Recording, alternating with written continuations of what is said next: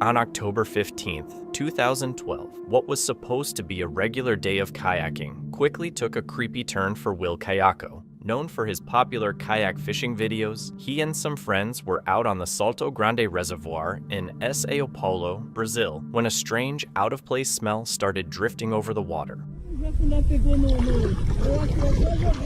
Caramba, agora aquela carniça lá, tem bicho morto aqui, ó. Aqui.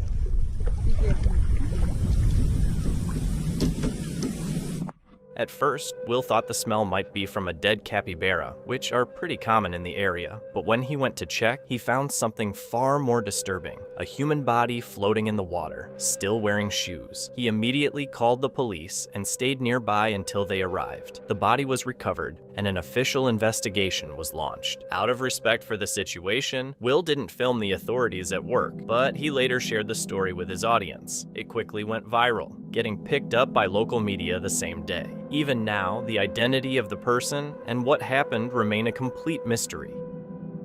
A thrill seeker went for an extreme stunt, leaping off a huge cliff into the ocean below, but what started as an adrenaline rush quickly took a dark and unsettling turn.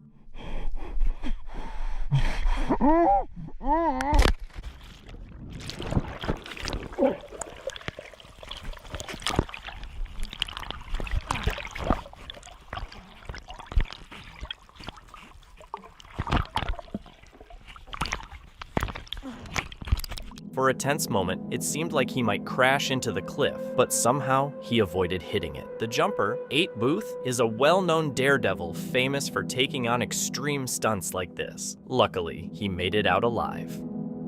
This clip comes from Metro on the Move, a channel that keeps backpacking real and educational. Metro, a dedicated hiker, shares his adventures on some of the US's most scenic and challenging trails. His goal is simple: encourage people to explore the outdoors while protecting nature with leave-no-trace habits. But even with all the prep, nature doesn't always cooperate. In this video, Metro is camping at Liberty Springs, a remote spot in the White Mountains. It's peaceful, no city lights, no traffic, just the sound of the trees and cool mountain air. But that calm is about to be interrupted by something big, loud, and very much alive. You gotta be kidding me.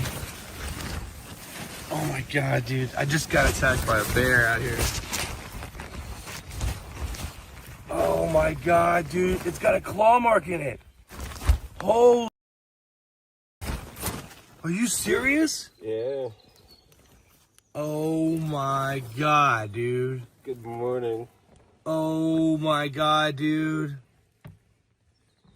Oh my god. Morning arrives, and Metro can't believe what he's seeing. His tent, which was supposed to be his safe spot, is ripped and covered in deep slashes. Shocked, he inspects it and sees a claw mark cutting through the fabric. This wasn't a nightmare. A bear had attacked. That's on my tent, dude.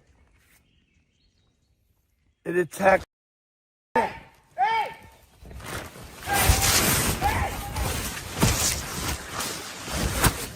Oh my god.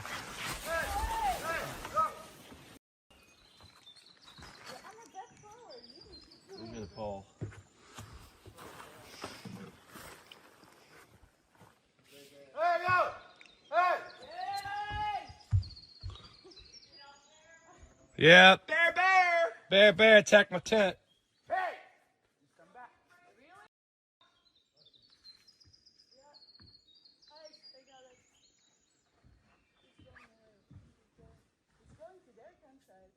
Hey guys, wake up, guys.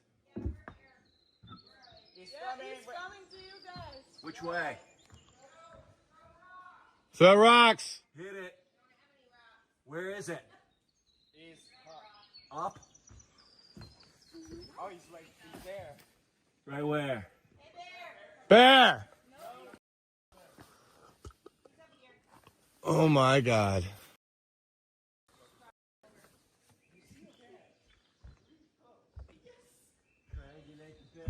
He's right there, just next to you. That's me. Behind you. Behind you. Yes. No running. No, I get in the light. Oh, there he is. Get out of here, Bear. There he is. Hey! Hey! Get away. Go!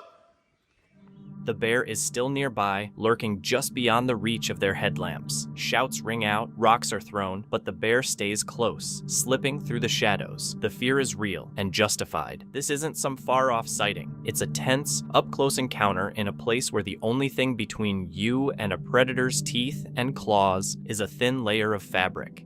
Oh my gosh, dude. Get away! He's not scared, man. We need to report. Oh my gosh. He's coming towards. Yeah.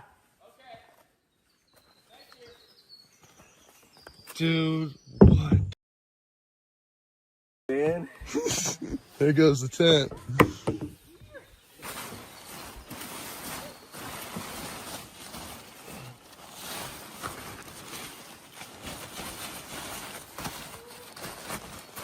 That's a bear print, Yeah, dude. to get more. Oh, look.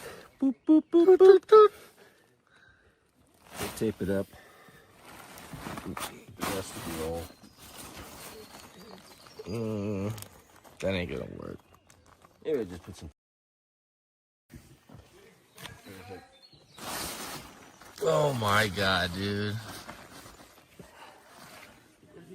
Dude, he ate our tent, man.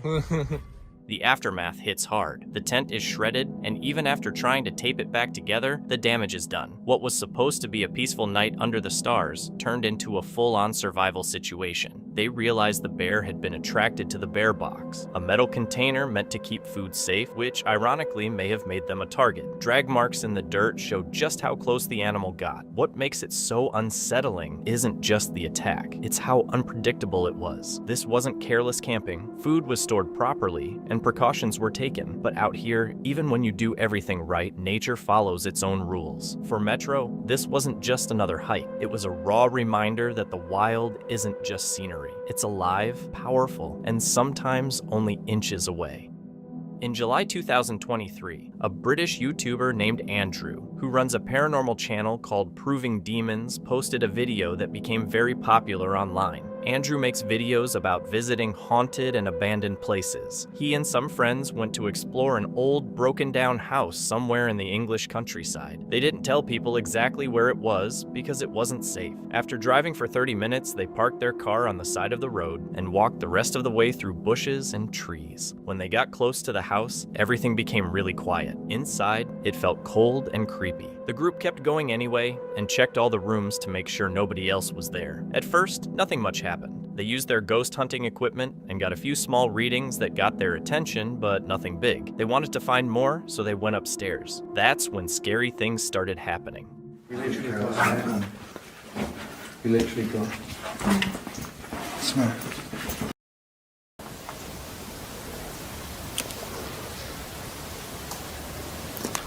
Somebody's here. Okay, let's go. Downstairs. That's just Alright, somebody's here.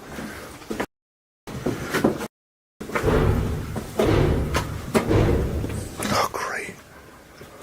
Come on, you guys, me and Alex up front. Oh. Wait. Hold up, let me put some stuff away. Move back for a sec so I can put my stuff away. Keep on the stairway. Keep on the stairway.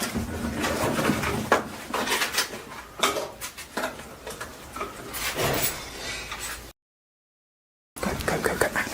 Let's go.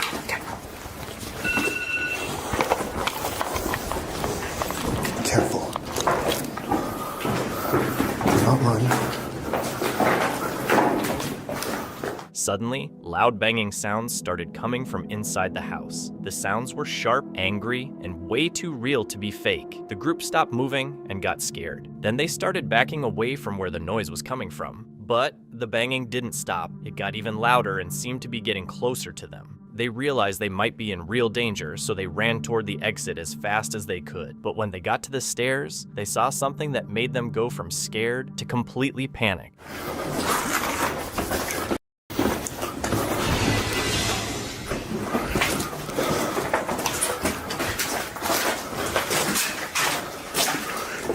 Is this a way out?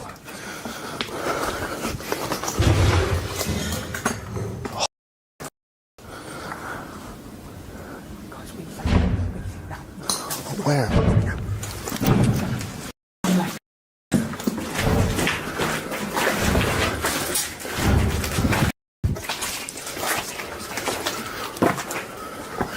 Find an exit. Just go. Find an exit.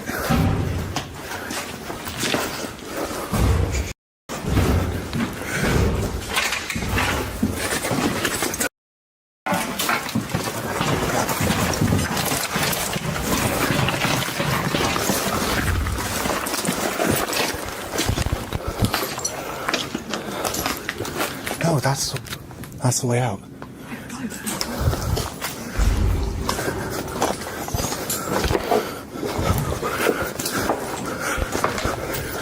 The banging followed them. They ran out of the house but got lost outside. Thick bushes were everywhere and they couldn't find the road. The sounds got louder, like someone was looking for them. They hid behind bushes and stayed quiet. This ain't the way out.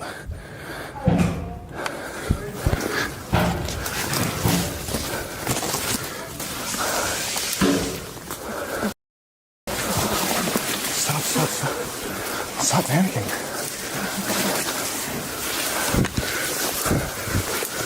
Go. They've got weapons. What? What? It doesn't matter, dude. Some sort of weapon. You know. I heard them firing there. I don't know what it is. It's gonna be a pellet. A chainsaw. No. It could be something, but it's definitely something we don't want to walk into. Okay, chill. Listen to me very, very clearly. I can see crystal clear right now. No lights. You need to listen to me when I'm talking about what we say. You do. Don't question me. You just do it. There's lights over there. Oh, get down there. Look at lights. What'd they say?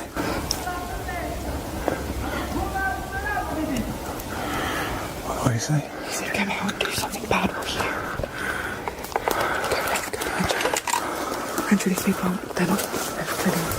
They stayed hidden for almost 20 minutes, hearts beating fast. Andrew stopped filming and just focused on getting out alive. Later, he told people what happened next. They were scared and confused, so they decided to run for it. The only way they knew was back through the house. But when they got there, things got much worse. 3 men with guns were standing near the building. The group immediately turned and ran toward the road as fast as they could. The men chased them, yelling and getting closer. But they didn't stop running. Full of adrenaline, they finally saw their car. They jumped in, shut the doors, and drove away fast. They were out of breath and shaken up, but alive. Once they were safe, they called the police and told them everything about the armed men, the chase, and what happened. The police came quickly to check the area. Andrew said the police took it seriously and searched the place. Andrew said it was the scariest thing that ever happened to him. Not because of ghosts, but because of the real people they met. If they had made one wrong move, things could have ended very badly. They went in looking for spirits, but ended up running for their lives. So what were those men doing in that house? And what would have happened if the group hadn't escaped? We'll never know, but this was more than just a ghost hunt. It was a close call with something much more dangerous.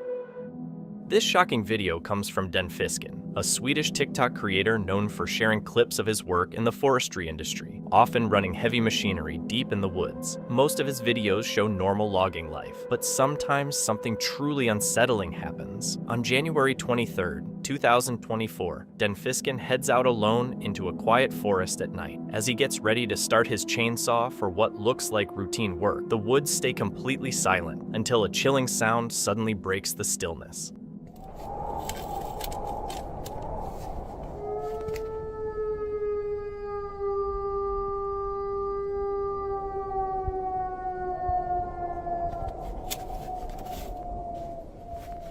The sudden, unsettling noise leaves him frozen in fear, clearly rattled. After the video was shared, theories quickly spread. Some argued it might have been a timber wolf, a genuine danger in Sweden's thick forests, while others leaned towards something far more sinister, a Wendigo, or even a skinwalker. No explanation ever surfaced, leaving the mystery wide open. A tourist was filming horseshoe crabs at a private beach when he suddenly spotted something strange in the water.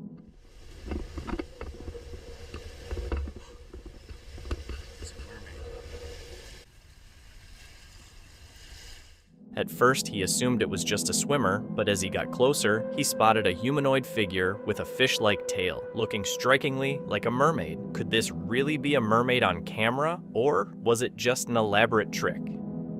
The ocean is still one of the most mysterious places on Earth, with vast areas yet to be explored and endless tales of enormous sea creatures lurking below. Recently, a group of fishermen made news after claiming they had caught a massive creature.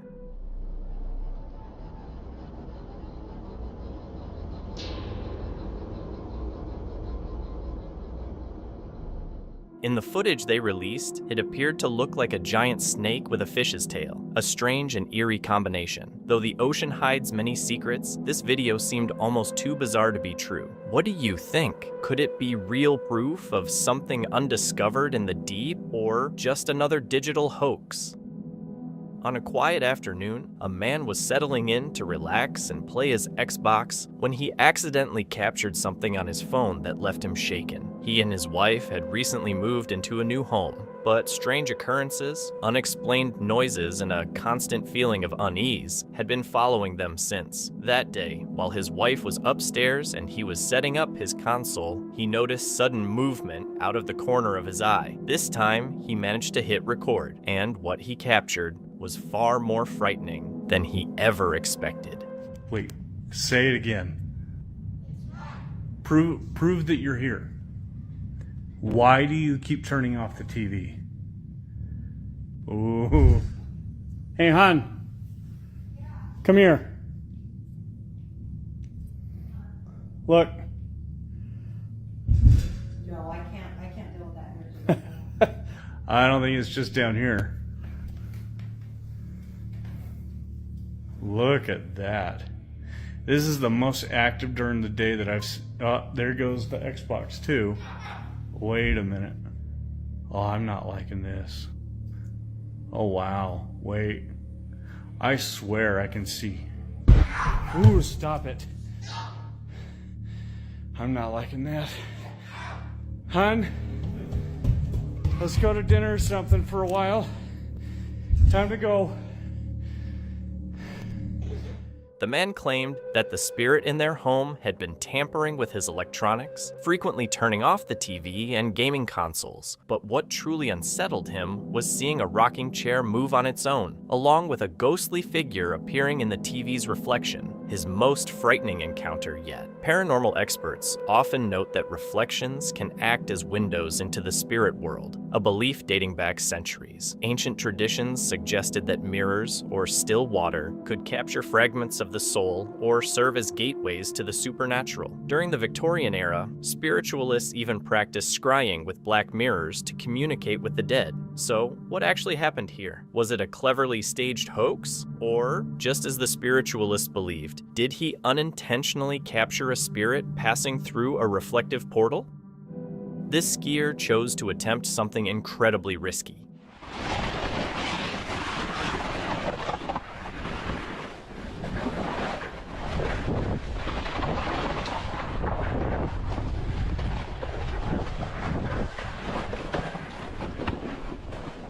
He purposely went into a tight, snow-packed cave. It's not clear if he knew where it would lead or had any plan, but luckily, he came out unharmed. It was a gamble that could have easily ended much worse. Alex's channel focuses on exploring abandoned spots and places rich with history, usually traveling there on his bike and bringing viewers along for the ride. But this time, things are a little different. He's headed to Yezo, New Mexico, a nearly forgotten town, where he plans to check out old general stores, a restaurant, and whatever buildings are still standing. Instead of biking, he's taking his van and even considering spending the night, though that part of the plan might not stick. Starting to get dark. It's not totally dark yet. A lot of debris. So we're here, but it's dark inside here, that's for sure. So we're gonna explore it, see what it looks like, see if we detect anything.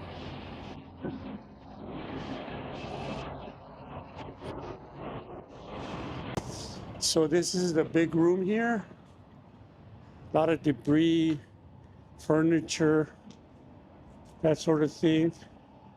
The town was clearly run down and carried an eerie atmosphere, though nothing outright terrifying. Even so, once Alex wrapped up his exploring, he decided it was smarter to head back to his van parked close by. Something woke me up. I heard, I think, sounded like footsteps. I'm not sure if that's what woke me up. I put on my pants and my shoes, just for in case. I was asleep. I got all my windows closed. I got this light here, but I don't know if they can see it. But I suddenly heard footsteps. Something woke me up. I'm not sure what it was. After a brief walkthrough of his van setup, Alex settled in for the night. But once he tried to sleep, that's when the real creepiness began. Just so you know, I'm armed. I'm opening the door. Who's there?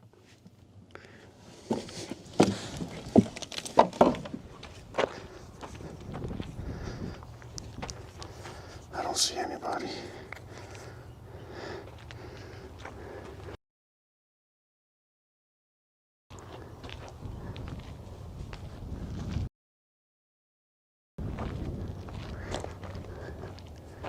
Anybody there?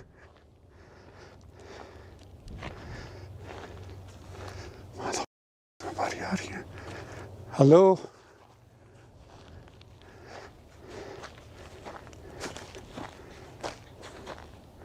Maybe they went inside that schoolhouse. Okay. It's time for me to go.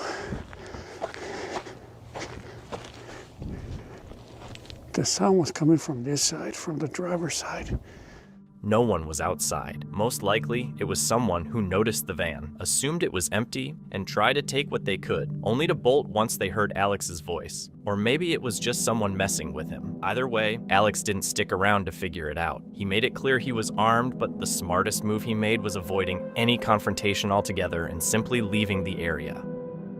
In October 2023, YouTuber creepcaught, known for his wild fan camping videos, decided to try something different. Instead of his usual forest spots, he chose an old abandoned house deep in the countryside to camp alone. At first, it felt like just another adventure, but as night came, things started to get strange.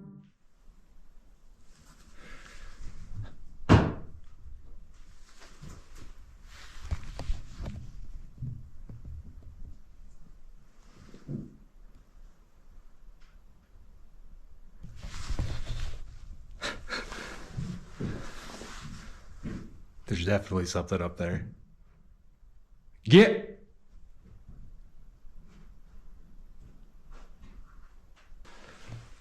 I can hear it walking around, whatever it is. Probably a raccoon.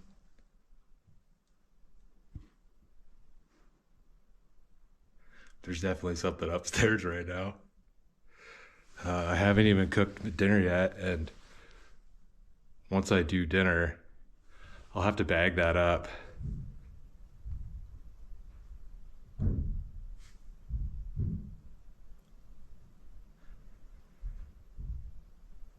Bag up my leftovers or my food bag, and I'm gonna toss that outside as far as I can.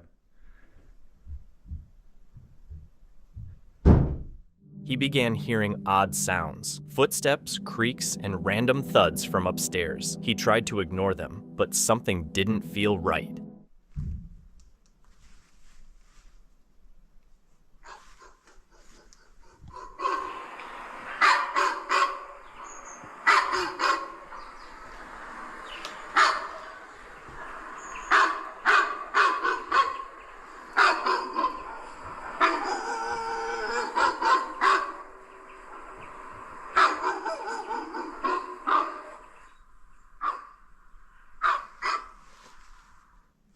It's only 9:30, 9:26.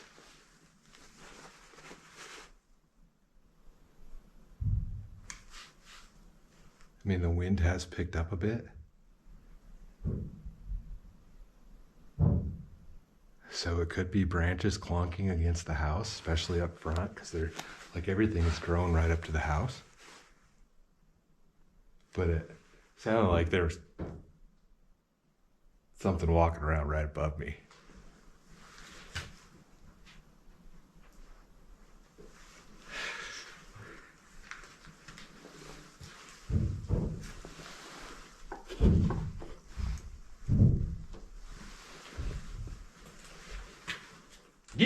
Even with all that happening, he stayed the night and kept recording. By morning, he packed up and left without any trouble.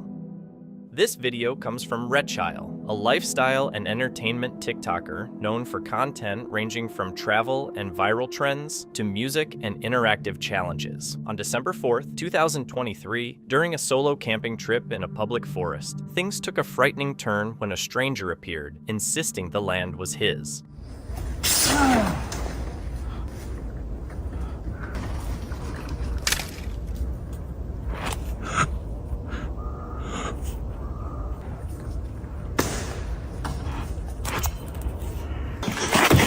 Oh no. Oh no.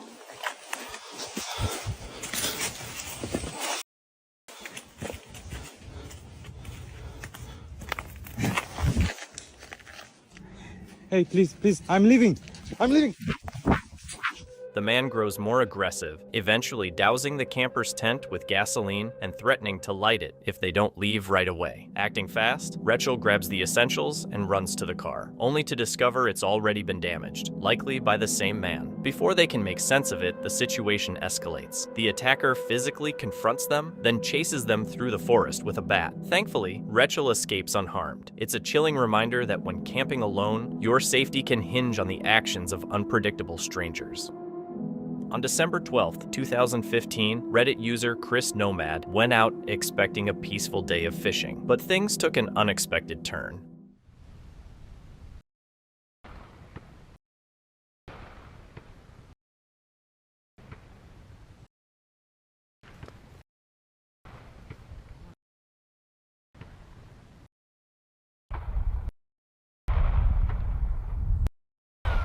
No one could tell who pulled the trigger or what caused it. Was it just a stray bullet or something more? Thankfully, no one was injured, but that calm day by the water quickly became something unnerving.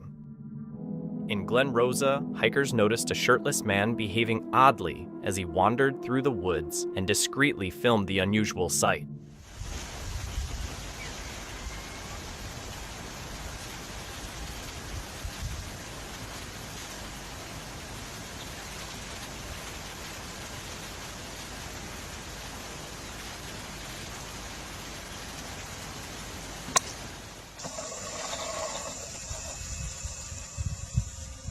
He lit a fire to dry some brush and threw it into the undergrowth, causing flames to spread rapidly. Police later detained him as a suspected arsonist. Had no one witnessed it, the destruction could have been severe. It's alarming to consider that someone would intentionally ignite a wildfire, knowing the risks. But why would they do it? A man was camping alone in a remote forest when unsettling noises woke him in the middle of the night.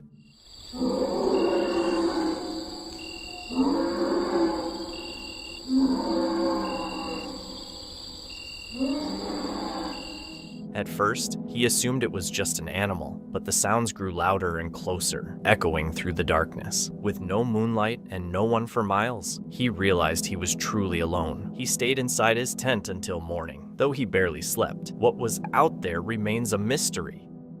In February 2024, a German YouTuber named Felix, who runs a channel called Adventure Buddy, went to Italy with two friends. They wanted to explore a fancy hotel that was abandoned in the early to mid-2000s. Felix didn't say exactly where it was, but he mentioned that homeless people and squatters often stayed there. Even knowing this, the three friends wanted to film what was left inside. When they got in, they were shocked by how good the hotel still looked. After being empty for so long, it was in great shape. The windows weren't broken, the walls weren't damaged, and nothing had been stolen. It looked like time had just stopped. As they went further in, they found parts of the hotel that showed how nice it used to be. A big indoor pool, a massage room, and a sauna that was still perfect. For about 10 minutes, everything went fine. No weird sounds, no signs that anyone had been there recently, just quiet halls. But things changed when they started going to the upper floors. Gefühl, dass das Ding pleite gegangen ist. In manchen Zimmern hast du hier so Aufkleber, wie so Insolvenzaufkleber, zumindest kenne ich das. Oh, mein Gott, der Wind fegt hier auch durch. Zumindest kenne ich das aus Deutschland so. Was natürlich heißen würde, dass hier wahrscheinlich nicht mehr allzu viel Inventar zurückgelassen wurde, wenn es wahrscheinlich dann irgendwie alles veräußert wurde. Naja, hier sind wir auf jeden Fall.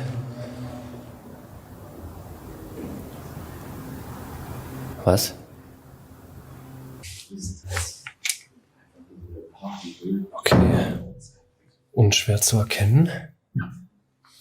Jetzt sind wir hier aber auf der Etage mit den Hotelzimmern und hier steht doch tatsächlich noch was drin.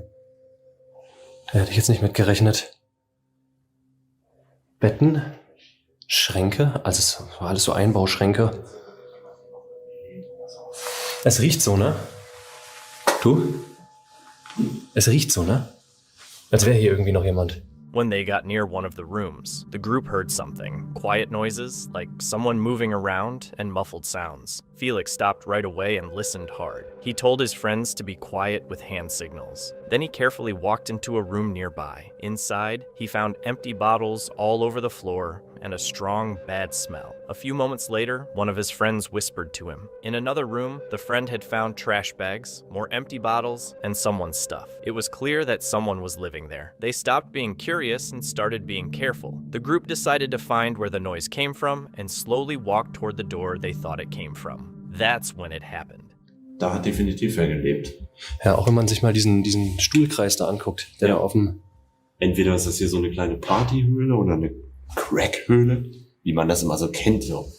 Weil da hinten, ist Haufen Bierflaschen, da haben Leute geschlafen, da sind Müllsäcke aufgehangen, sogar gegrillt wurde da anscheinend. So riecht's hier auch, finde ich. Ja. Hier, finde ich, riecht's verkohlt. Oh. Ist da was hinter? Sorry. Oh, sorry. Sorry. Oh. Everything alright? Mach mal die Kamera weg. English? Can you do this? Okay. Okay. Sorry, just taking photos, okay? Okay, thank you. We're going. Ciao. Oh, mein Herz.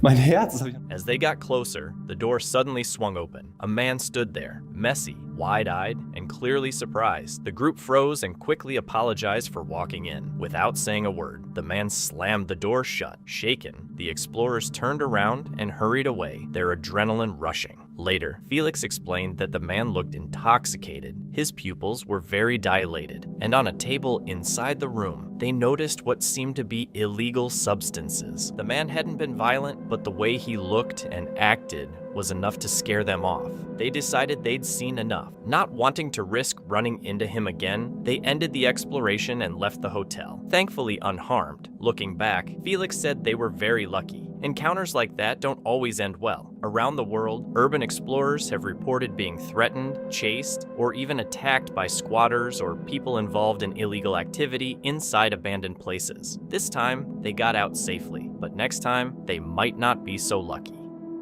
Meet Matthew Stone, an adventurer and nature lover who runs a YouTube channel under his own name. He's known for sharing calm, beautiful scenes from the outdoors, encouraging people to get outside and enjoy nature. But one trip didn't go as planned. It showed a much harsher side of the wild, one that didn't care about cameras, skill, or preparation. The video jumps right in. It starts in the middle of the chaos, pulling viewers straight into a scary moment. Should we hey bear them or do they see us? I mean, let's just casually talk. I think that's good. Okay. Just casually talk. They see us. They see us. They hear us. They're just playing. Matthew and his friend find themselves dangerously close to several bears, much closer than anyone would want. Their only option is to stay calm, keep their voices steady, and act like nothing's wrong. It's a risky move based on one shaky hope that the bears will get bored and walk away, but they don't. The bears stay right where they are, staring them down, and that's when it hits them. These animals aren't just wandering by, they're here for a reason. Yep.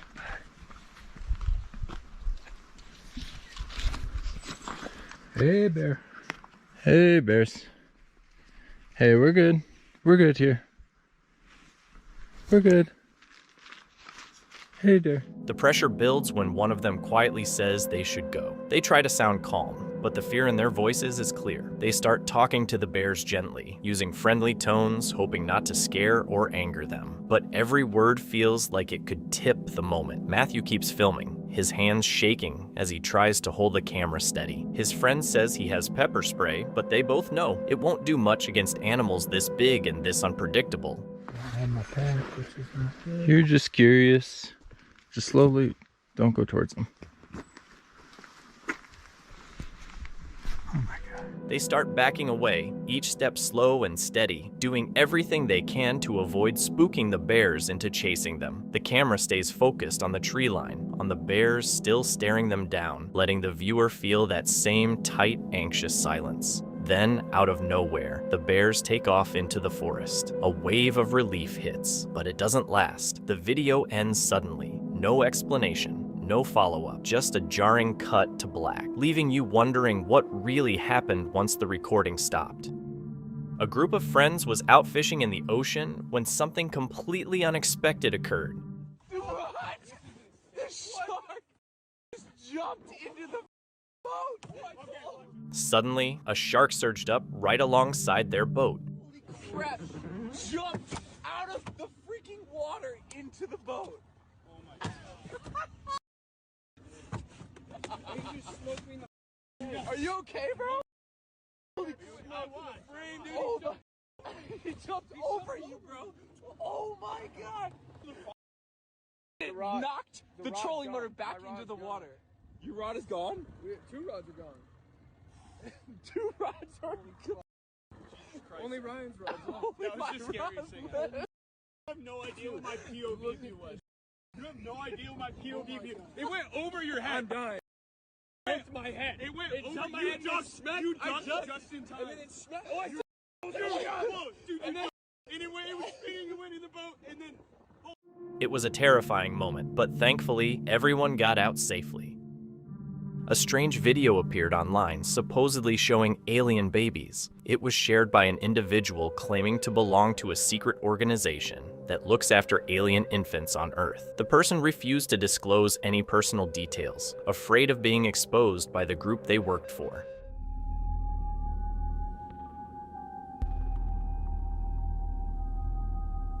At first, the mysterious claim drew a lot of curiosity and excitement, but after examining the footage, the team became doubtful. Their research later uncovered that the same video was already circulating online, showing silicone dolls made to resemble aliens. On September 3rd, 2025, a girl named Emery found out that her dad's dog had passed away. Wanting to hold on to some memories, she began watching recent videos of the dog. In one clip, while staying at her father's house and lying in bed, the dog suddenly started barking strangely at something in the room. Watch carefully.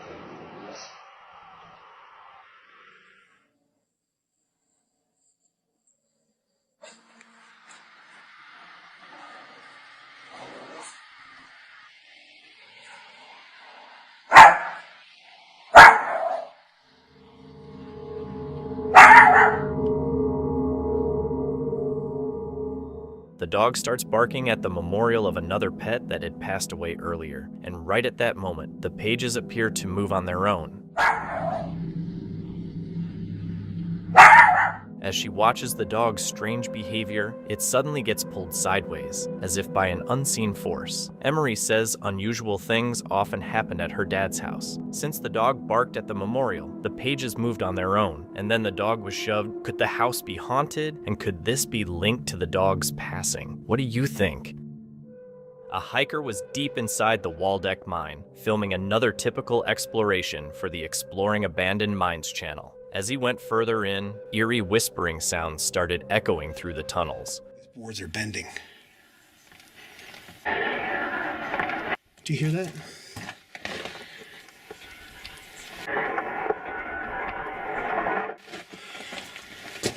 Sounds like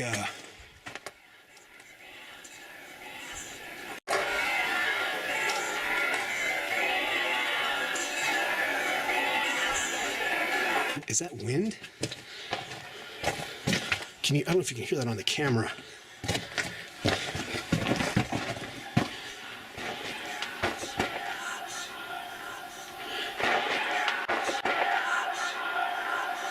Do you hear that? It stopped.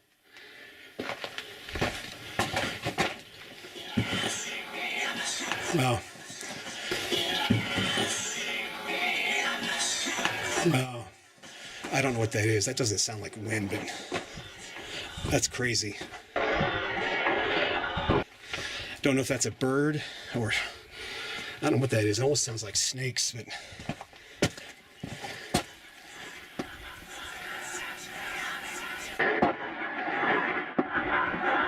I've heard some weird stuff in mines, but that is definitely creepy. I don't know what that is.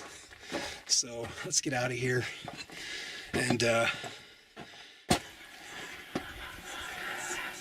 in all his years exploring abandoned places, this one felt different. The mine seemed almost alive, but not in a good way. Some people even claimed to have spotted a ghostly boy deep in the mine. Whatever was down there, he clearly wasn't alone. As the sun slips behind the canopy, the crew gathers for dinner, firelight flickering across their tired faces. This isn't just some quiet getaway. It's risky ground. Elephants, rhinos, and even tigers roam these parts, and with only canvas walls between them and the wild, there's little real protection. The danger we face is from wild elephants. Wild elephants will come into our camp, destroy our camp if they want to. So we've got a few precautions. This is an interesting one I've never seen before. The guys are going around the perimeter of the camp and putting rope and string that's been soaked in kerosene all the way around the camp. First thing, elephants hate the smell of kerosene. But if they do come in camp, not only will they be deterred by the scent, the guys will light the rope on fire. So there'll be a flame barrier all the way around the camp that'll try to keep the elephants out. It's time to settle in our tents for the night and get some sleep, and go out in search of tigers in the morning. It's an old method used to keep elephants away. Not guaranteed, but better than nothing. One of the crew, Dookie, takes on the role of night watch, keeping the fires burning while everyone else rests. Still, none of them could have predicted what the night was about to bring.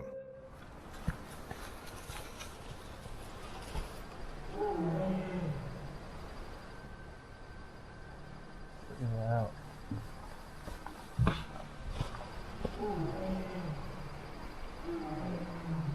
Two of them.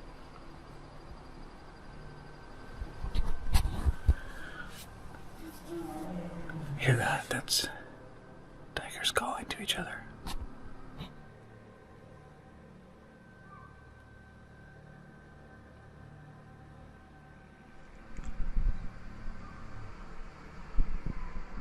It's midnight.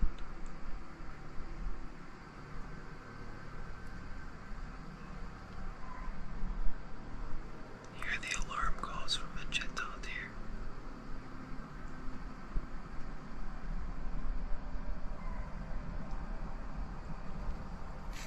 The gentle make very specific alarm calls towards tigers, and that is the tiger alarm call.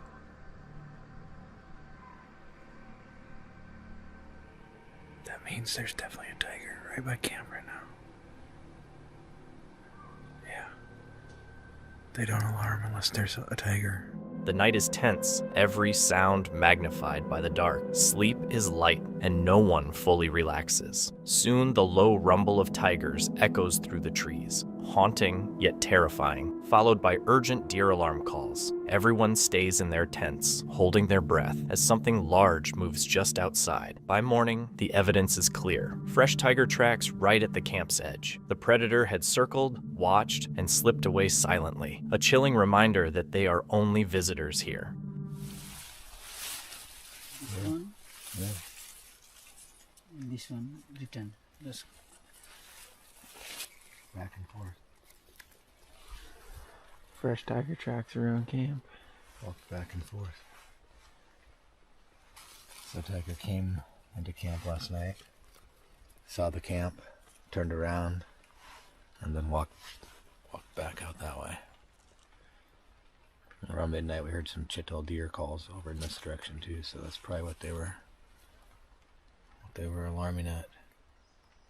It's crazy to think that last night, while everybody was sleeping in camp, and our night guard was probably right there by that fire, just there in the tall grass, a tiger walked up, looked at our camp, assessed the situation, probably watched the night watchman walk around or stand by the fire, and then just snuck off in that tall grass. They were extremely lucky the tiger near their camp didn't come closer. If it had been curious or aggressive, nothing could have stopped it. At dawn, still on edge, Casey, Riley, and Deepak followed fresh tracks in the mud, some so new they steamed. Their own boot prints had been covered by a tiger's, proof they'd been watched and circled during the night. Then they saw him, a massive male tiger emerging from the riverbed brush. He stood calmly in full view, amber eyes meeting theirs. With only a few thousand Bengal tigers left, it was a rare, unforgettable moment.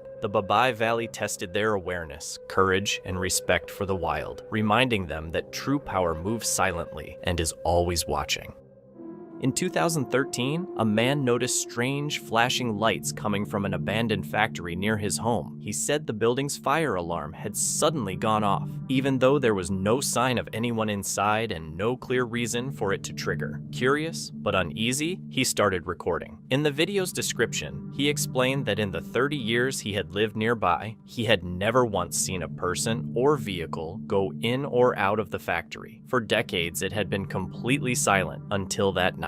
So I'm here in front of the Leviton factory, which has been closed for some time. I was just going to walk to drop off a Netflix. All of a sudden I see a bunch of flashing lights inside this building. I'm not sure if anyone's in that building right now. I'm not sure if the fire department's going to come, but it'd be pretty bad if there was a fire in this building because my house isn't that far away. And the lights are flashing in more than one wing of the building.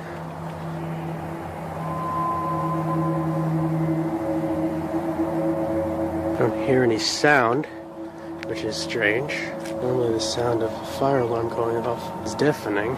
And it looks like there's one light on there. Could be somebody in an office, but... In the comments, several viewers said they could see a face in the right window, pale, still, and watching. Others claimed they noticed something similar in the last few seconds of the video. Stairwell, don't see anybody there. People tried enhancing the image, changing the contrast, and fixing the colors. And in one frame, something appeared. See anybody there? The faint outline of a face, or at least something that looks like one, can be seen. It's subtle and easy to miss, but it's there. Whether it's just video compression, random pixels forming a shape, or something real, no one can say for sure. But once you notice it, it's hard to ignore. So, what do you think? Was someone or something really watching from the window? Truckhouse life is all about real adventure, unexpected twists, and a kind of road trip lifestyle most people only imagine. Tim and his girlfriend Eden had spent the day weaving through the Sierra Mountains, taking in stunning views while tackling tough, winding roads. By the time they reached their campground for the night, they were tired but satisfied. What they didn't realize, though, was that the real story of this trip hadn't even started yet. This is a pretty awesome drive. Like, really awesome. Pretty crazy drive.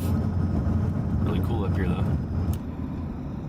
Eden's still cruising right behind me there. Their reserved campsite was deep in the forest, narrow, remote, and hard to reach. Getting a trailer into that spot would have been tough for most people, but Eden pulled it off without a hitch, backing it in perfectly on her first try. With everything set up and the woods growing quiet, the last light of the day filtered softly through the trees. It all felt calm, still, safe. But that peace was about to disappear.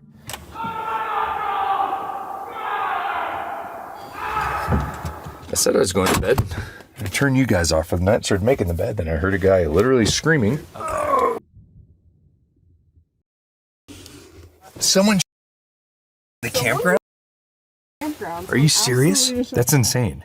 The sound of shouting in the distance and news of a bear nearby didn't immediately alarm Tim and Eden. Inside their camper, they felt relatively safe, and like many experienced travelers, they were used to the unpredictability of nature. But then, someone fired a to the night. With other campers and families all around, it wasn't just careless, it was dangerous. What should have been a peaceful night quickly turned tense and unsettling. Still, Tim and Eden tried to brush it off and get some sleep, hoping the worst was behind them. But what they found the next morning made the trip feel even stranger. You guys have to watch your video to see it, but the bear tried to get in her camper last night while we were camped right here beside it.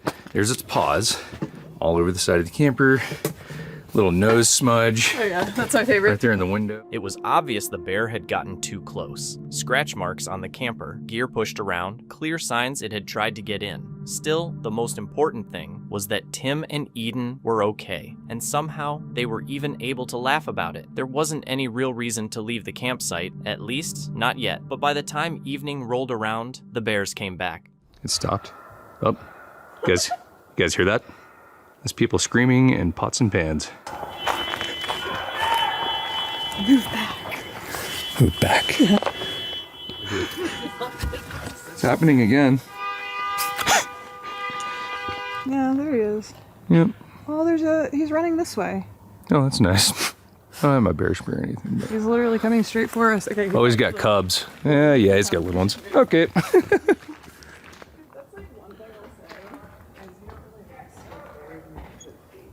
Yeah, they're gonna visit the camp. Oh, they're coming and running fast. Yeah, no, I told you.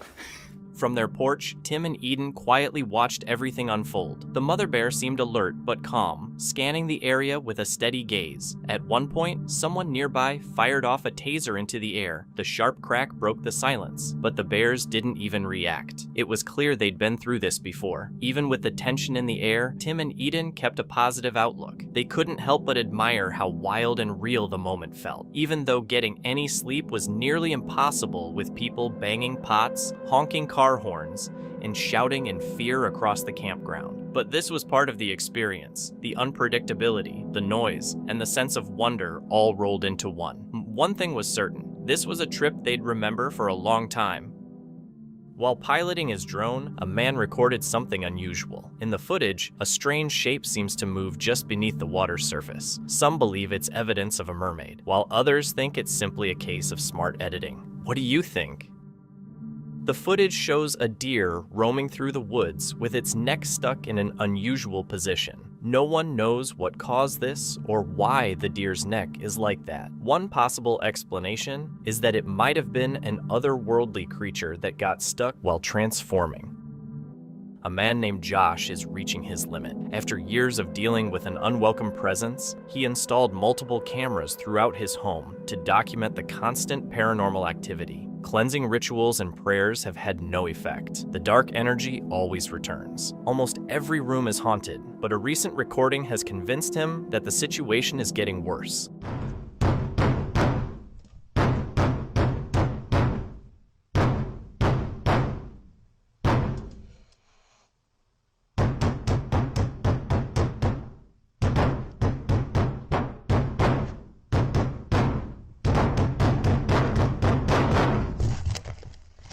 With the house empty, loud, forceful banging began reverberating through the rooms. The sounds were sharp and intentional, as if something was trying to make itself known. As frightening as the noise was, what happened next took the haunting to an even darker, more sinister level.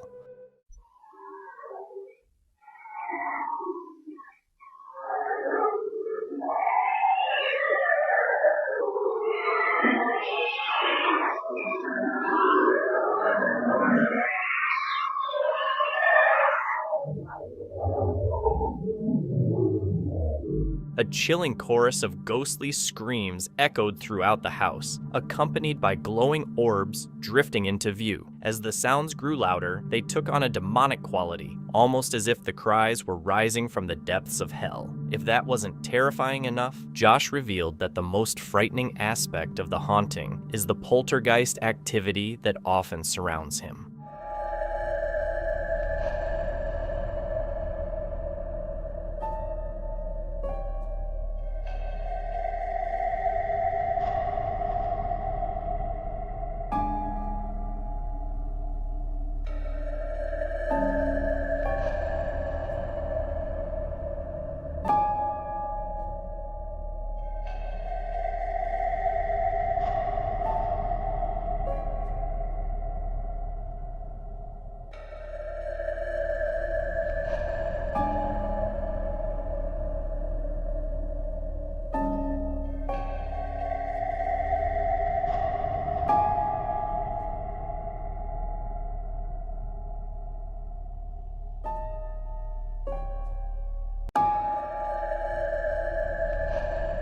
a cabinet door slowly swung open by itself, moving like an invisible hand was controlling it. A few seconds later, the kettle slid across the counter and crashed to the floor. After dealing with years of this spooky activity, Josh says he's finally had enough. He's planning to move out, thinking it might be the only way to get away from the constant haunting. A TikTok by user Ember Outdoors captured something strange happening in the woods. Dude, I've never seen anything like this besides on the internet. Look at the on this tree. It's not windy.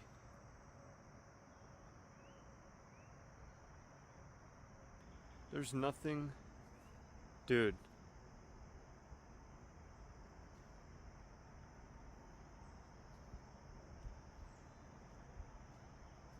I mean, there's a little wind. I mean, look at the rest of the tree. That's like a normal leaf blowing, right? Oh, those are kind of doing it too. Look at these. What is happening here? Everything else around stays completely still. Some think animals hiding in the brush might be causing the movement, while others suggest it could be root shifting or tiny air currents too weak to notice. Whatever the reason, seeing the trees sway like that in total stillness is creepy. It almost looks like something invisible is moving them from the inside. After a long night of fishing, 2 men were packing up, but the moment they got into the car, something unexpected happened.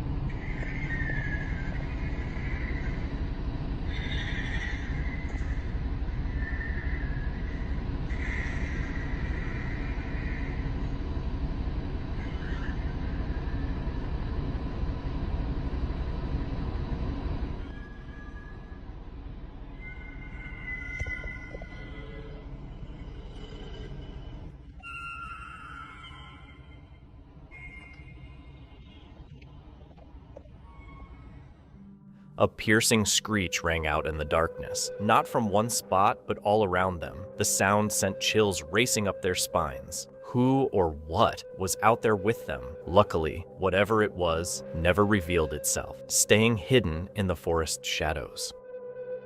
Exploring with Angelo is a channel that doesn't just talk about myths, it dives right into them. Run by Angelo, it's built a reputation for its direct, hands-on style of investigating the paranormal. In this video, he's joined by his friend Frankie to take on one of their most unsettling locations yet, a remote area known as the Red Eye Demon Forest. Angelo has been there before, always leaving with more questions than answers. This time, with new equipment, plenty of caffeine, and just enough determination to last the night, they head back in. But before they can even settle, the forest makes its presence known through strange noises, movement, and an impossible voice. The hell is that? Oh. The hell? Okay, now it just sounded like something got thrown or... What the hell was that?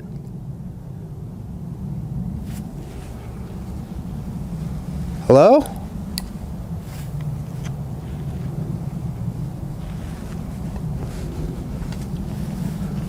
Okay.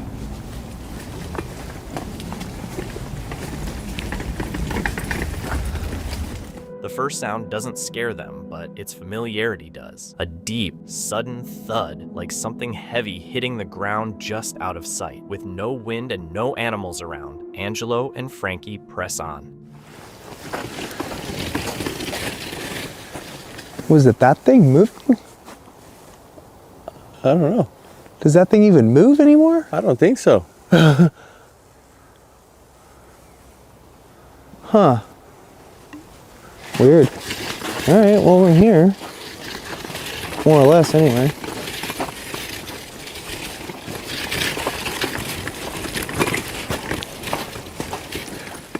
Alright, home sweet home. Our old fire pit is still here. And untouched. Yeah, so that's good, I guess.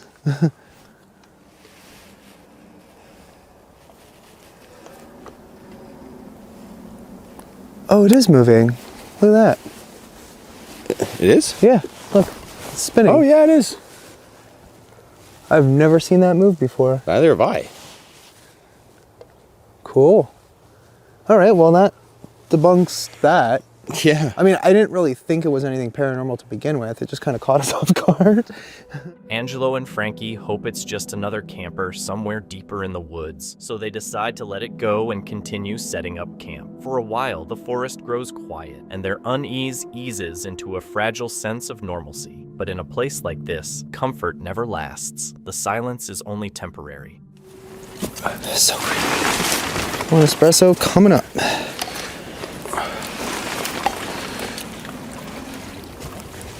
How was that? So I came here, I was literally just peeing in this corner, and I saw two red eyes just over there staring at me. That's why I literally freaked out. I don't know. Did you finish your pee? I wouldn't have. It was like just about to finish. So Oh, okay. It was relatively good timing, I guess. But what did I just see? Cozy.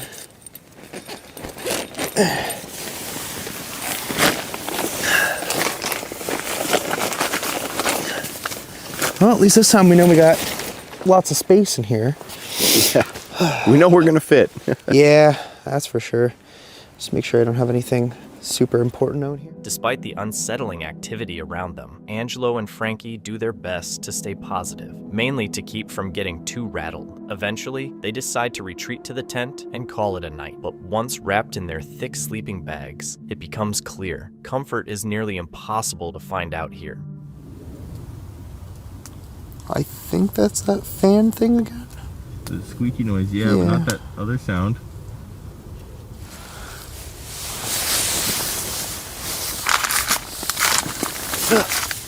Why must you disrupt my comfort?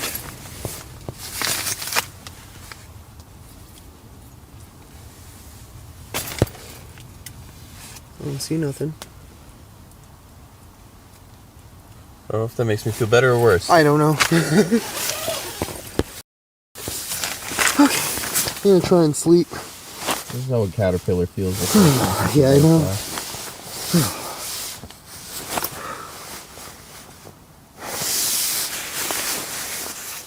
Angelo and Frankie ended up sleeping through the noises, and maybe that was for the best. The rest of the night passed quietly, with nothing unusual showing up on their running camera. But early in the morning, before the sun was up, the silence was shattered again. The strange sounds weren't finished. Okay, that time it sounded like an animal, but the first time it sounded like an animal. Yeah, I don't know. We heard something and it...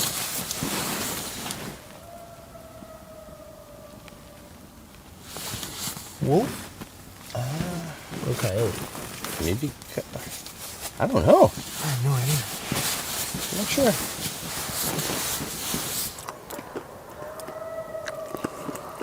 Oh, that's like right over there. Yeah. We can't tell if it's a coyote or if it's like a wolf or something. So we're packing up here, but... What in the hell? I don't know. That doesn't sound right.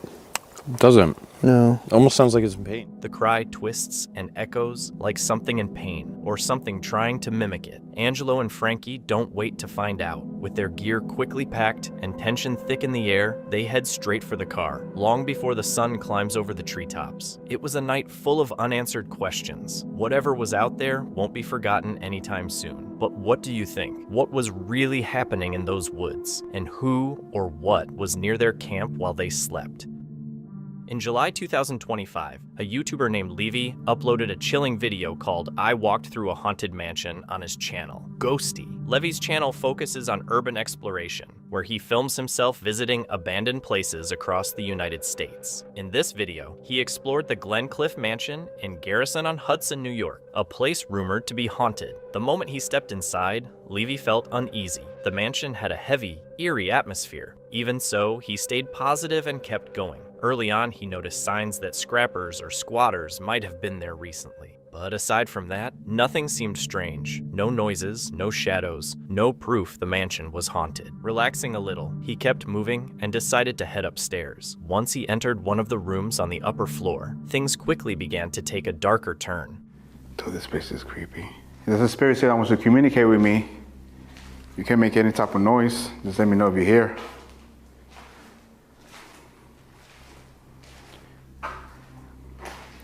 It's like a downstairs. So I was gonna say downstairs to nowhere, but oh, what was that? Hello, anybody there? I heard a bang. If somebody's there, can you make another noise? Oh.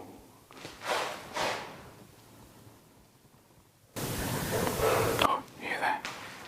I don't know if that's the bats. Or the church up here.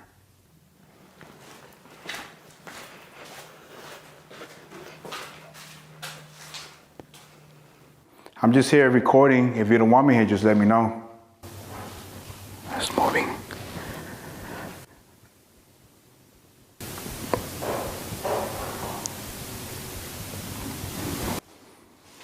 Damn, I really just got into. It has to be the bats.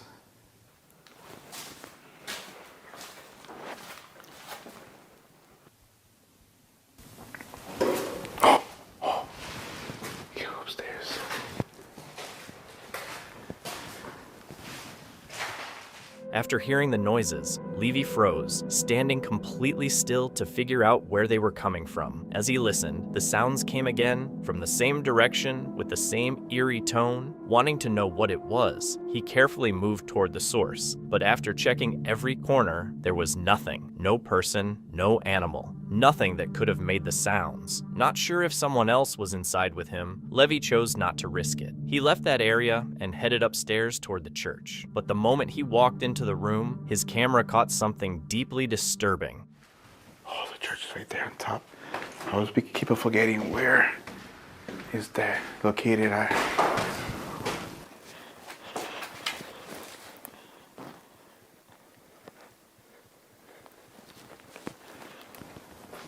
It was kind of weird. Now this is a whole different view right here with the church.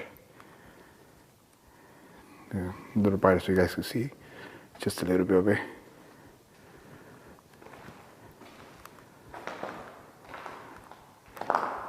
Oh.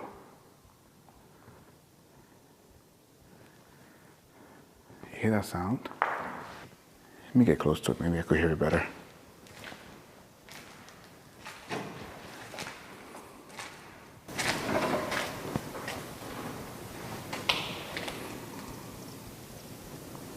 Maybe the birds outside is kind of weird.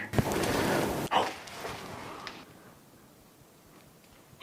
Hello?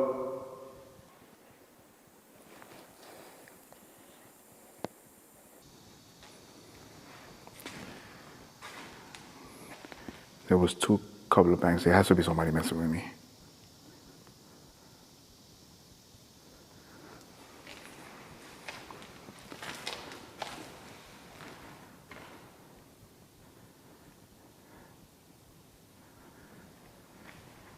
If you watch closely at the moment when Levy is facing the door, you can see a dark, shadowy figure standing behind the window, staring right at him. Levy, however, didn't notice it at the time. He only discovered it later when he reviewed the footage at home. Even so, he kept exploring, still curious about the noises. He decided to check the room at the far end of the church, but as soon as he stepped inside and began looking around, he came across something once again.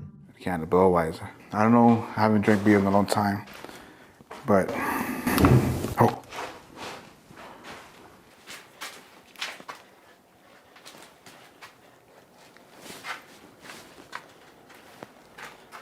Can you make that again? That was so weird. Oh, there's a movement over there. I wasn't ready for this.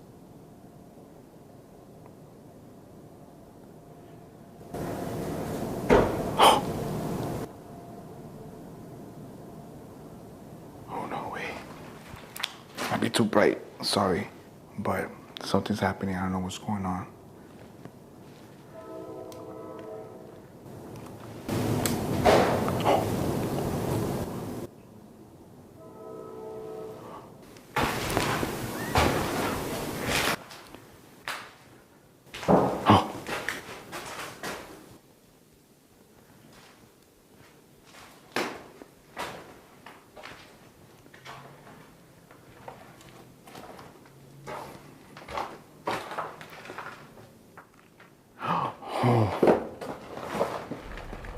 Who's in there? Hello?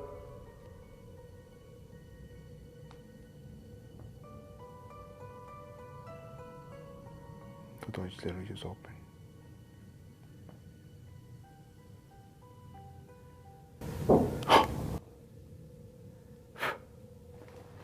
As soon as Levy stepped into the room, the door in front of him suddenly swung open on its own. Shocked, he froze and stared, trying to make sense of what had just happened. He eventually walked toward the door to check, but once again, there was nothing around that could have made it move with such force. By now, Levy had no idea who or what was behind it. He thought about leaving, but since he had come there to investigate, he decided to push on and keep exploring, no matter what might be in the building. I noticed, I don't know if you guys noticed, but every wall has different colors. So it's like a yellow color. Yo, look at this safe.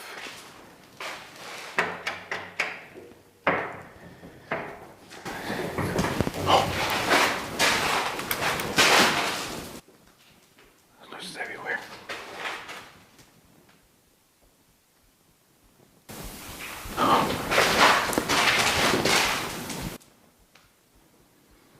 Either somebody's here, either it's a spirit, but stuff like that sounds like something is here. I noticed like some of the numbers here, walls are like numbered. Oh.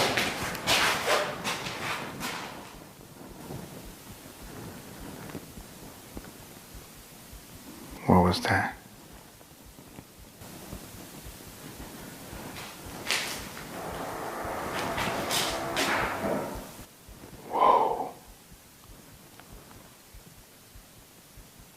Whoa.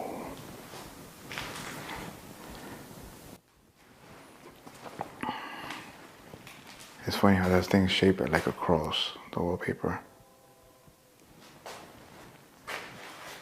Oh, the door just opened.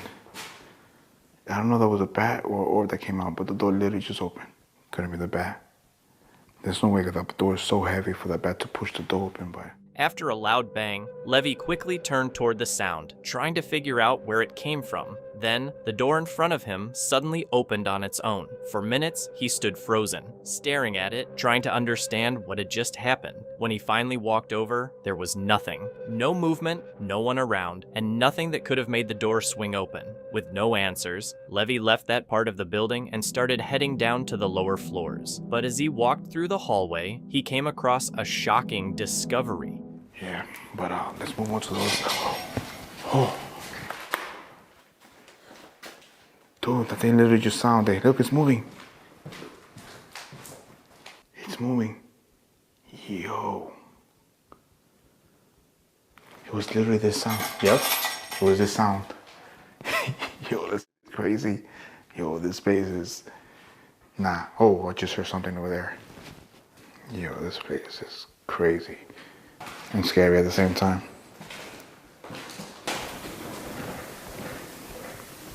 There's something moving there.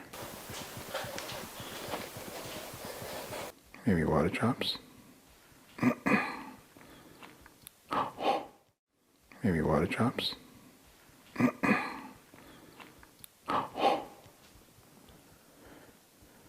What is that? I don't know where the noise is coming from.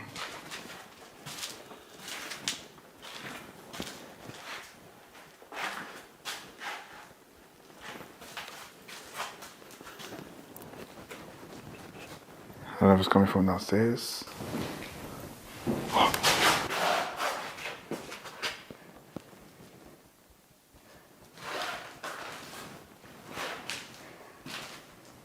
Something literally just walked through here. I know where that noise is coming from. It's clear that a dark, shadowy head briefly peeked out of the room, then vanished just as quickly. When Levy went in to check, once again, there was nothing. By now, the fear was starting to get to him. The strange noises, the shadow figure, the door opening on its own. It was all adding up. Still, Levy kept going, exploring for nearly 10 more minutes. Luckily, nothing else unusual happened during that time. Eventually, he ended the exploration and made it out safely. To this day, no one knows for sure who or what that shadowy figure was, or how those doors opened on their own. So, is the Glencliff Mansion in New York really haunted? The mystery is still unsolved, but one thing is certain. Whatever, or whoever, was inside didn't want Levy there. It made loud bangs, strange noises, and even moved doors. Whether it was something paranormal or just a chain of odd coincidences, no one has been able to prove it either way. In the end, it's up to you. Was Levy's experience at the Glencliff Mansion real, or just a hoax?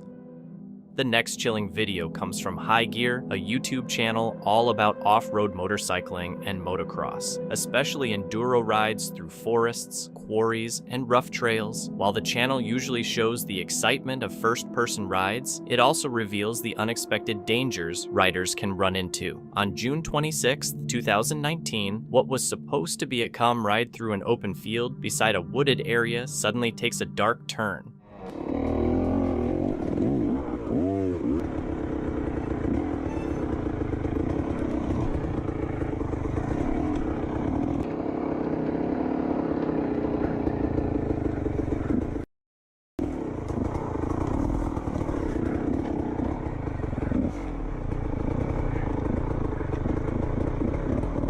Who is this guy?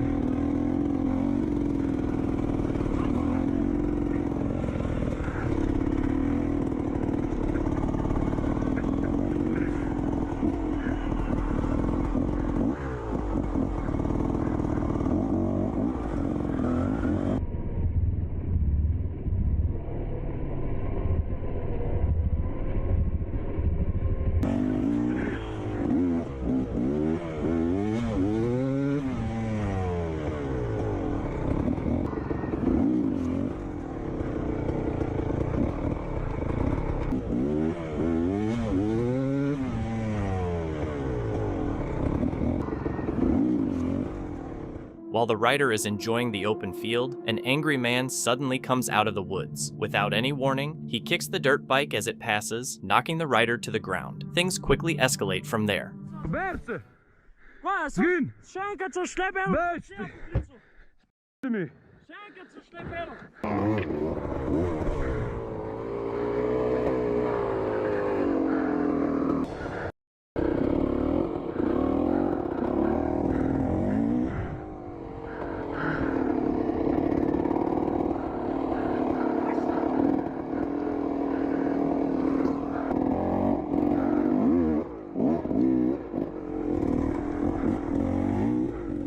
Stunned from the fall, the rider scrambles to get back on his feet while the man keeps shouting. Luckily, the camera is still recording, showing just how fast the situation went from calm to chaotic. The biker manages to get away before it gets worse, but the encounter is a clear reminder. Out in the wilderness, you never truly know who or what you might run into.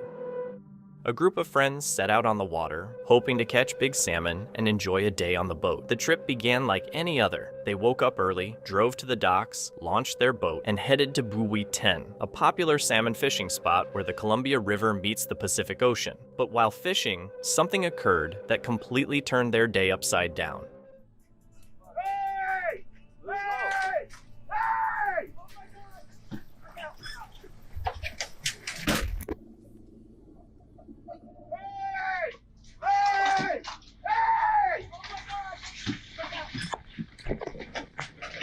It was an incredibly violent crash. A mere seconds difference could have been fatal. The boat was destroyed, and although a few people were injured, thankfully, the injuries weren't life-threatening, and everyone eventually recovered. While hiking in a canyon, a man came across a mountain goat in a surprisingly unusual spot. Check it out.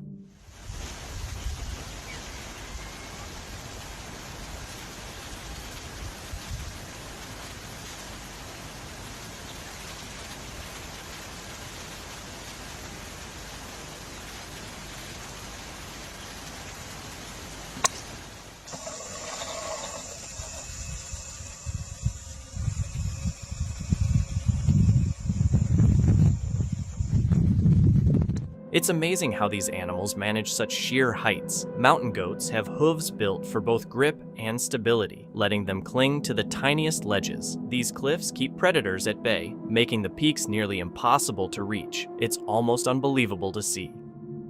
A man was in his yard when he noticed something odd. His neighbor was reaching her hand under the fence for no apparent reason. She fumbled around near some rocks, almost like she was digging for something. But just moments later, she completely panicked when she realized she was being watched. Hey, what the fuck are you doing? Many viewers guessed that she might have hid there earlier and came back to retrieve them, possibly feeling confused or paranoid. A home security camera in a quiet neighborhood caught something unusual. Then the figure suddenly stood up and kept walking, like nothing weird had happened at all. It leaves you wondering, what was going on with this person, and why were they moving like that? This creepy footage comes from Exploring the Unknown, a channel that documents real encounters with weird and often unexplainable events during camping trips to remote or abandoned places. On the night of September 4th, 2021, what started as a calm evening under the stars quickly turned unsettling. Was that a whistle? I think so.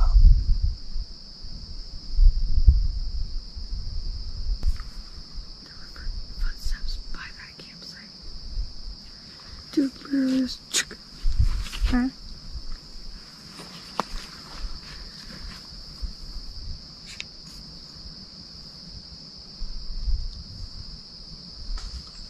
What?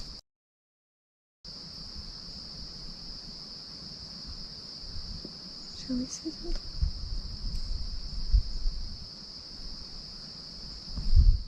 Hello?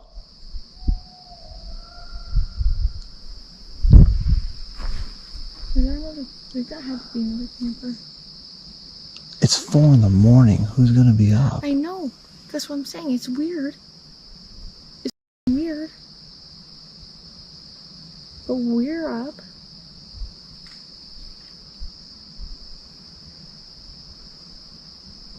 Right here. The group had planned just a regular night outdoors, but shortly after midnight, the vibe changed, and things quickly took a strange turn. If someone's really after us or they have a quad or something. But we have a car.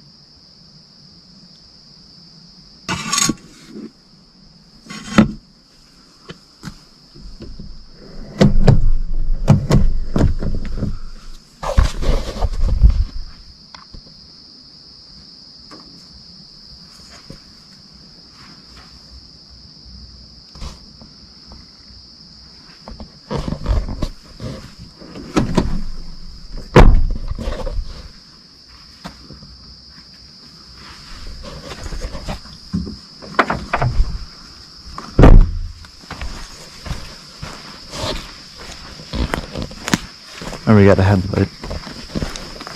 I did forget. Mm-hmm.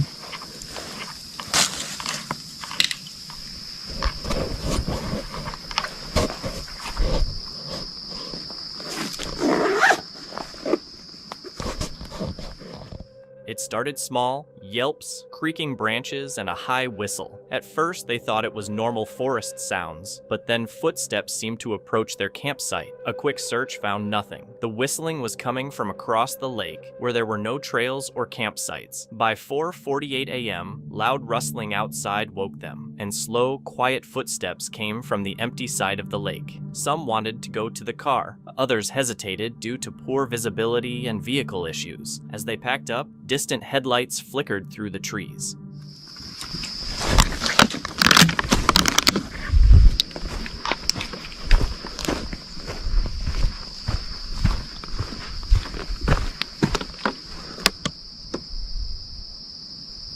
You hear that?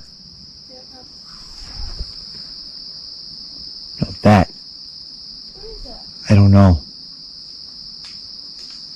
I'll maybe go a little bit faster if you can.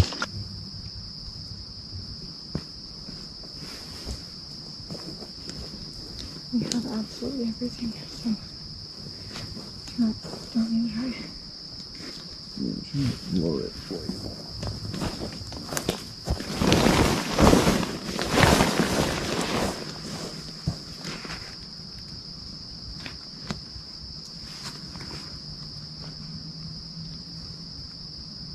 I don't know what to do.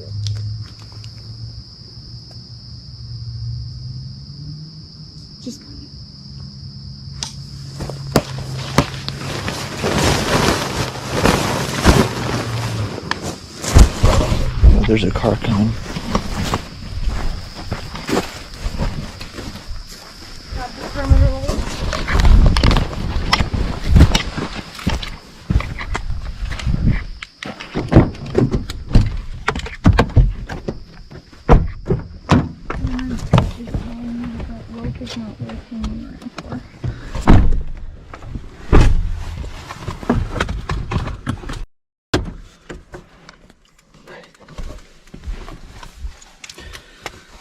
Wallets in here, phone is in here. They started hearing quad bikes, engines roaring, weaving fast through the forest. Who was out there at this hour, and so deep in the woods? That's when the group realized this wasn't random. Someone or something had probably noticed them first. Were these strangers playing a twisted game, or had they stumbled onto something they shouldn't have? Share your thoughts in the comments. Bear, known to fans as Jer-Bear, is no stranger to creepy encounters in the woods. His channel focuses on solo adventures, often in areas associated with cryptid sightings, particularly Bigfoot. In this video, though, he doesn't just explore a legend, he dives right into it. A viewer had left a detailed comment on one of his Bigfoot videos about a scary encounter in a remote part of Ohio. The description was so precise that Bear immediately recognized the spot and decided to check it out himself. His plan, a nighttime investigation, revisiting the exact location to see what happens when he's alone there. Okay, another Bigfoot adventure. Keep your eyes and ears open on this one, guys. Like I said, one of you fam. It was I have no idea. I wish I could remember the comment. What video? We've done so many cryptid and Bigfoot videos. But one of you guys commented, and you was describing this place of where you had your experience in Ohio. And I knew, I could tell. Oh. So as I was saying, one of you guys had commented in one of my Bigfoot videos that you had a sighting here in Ohio. And you gave the name of the place and even was describing where it was at and how it happened to you.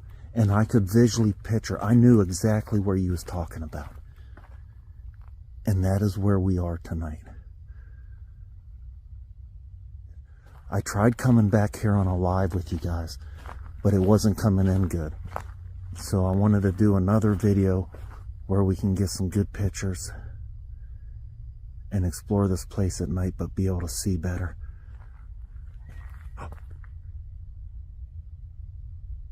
What was that? That was like a whistle. Didn't that sound like a whistle? Things quickly start getting strange. As Bear moves deeper into the forest, he notices unusual signs, whistles, knocks, and sounds like faint footsteps on gravel. At first, he brushes it off with his usual mix of nerves and humor, but then physical sensations kick in. His head tingles, his scalp feels like it's crawling, and he feels pressure in his chest. At one point, he even jokes that it feels like his hair is growing, a weird way to describe just how electrified and intense the air around him feels. It makes it so much more intriguing and scary for me.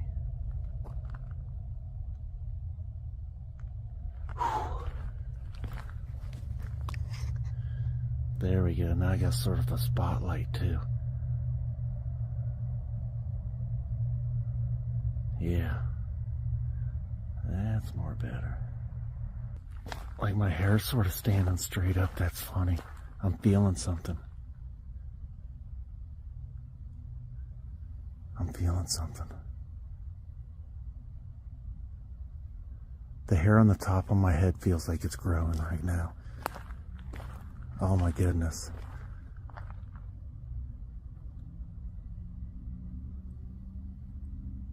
That is a crazy feeling.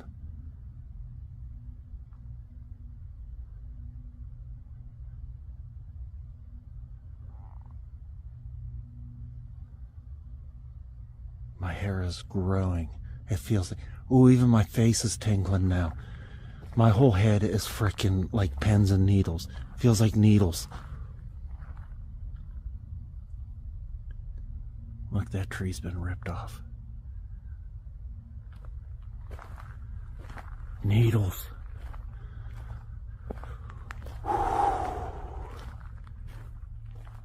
As he moves deeper into the spot described by the viewer, the noises around him get louder. Branches snap behind him, and a strange whooping echoes from afar. His camera briefly catches something moving low and fast through the trees. Then, a pair of glowing eyes appear. Not just a typical animal reflection, but large, unblinking eyes staring straight at him, too high to belong to any known wildlife. The eyes disappear, only to reappear moments later, now fully upright. Whatever had been hidden or crouched is now enormous and standing tall. Man, I'm getting sicker and sicker in my belly too.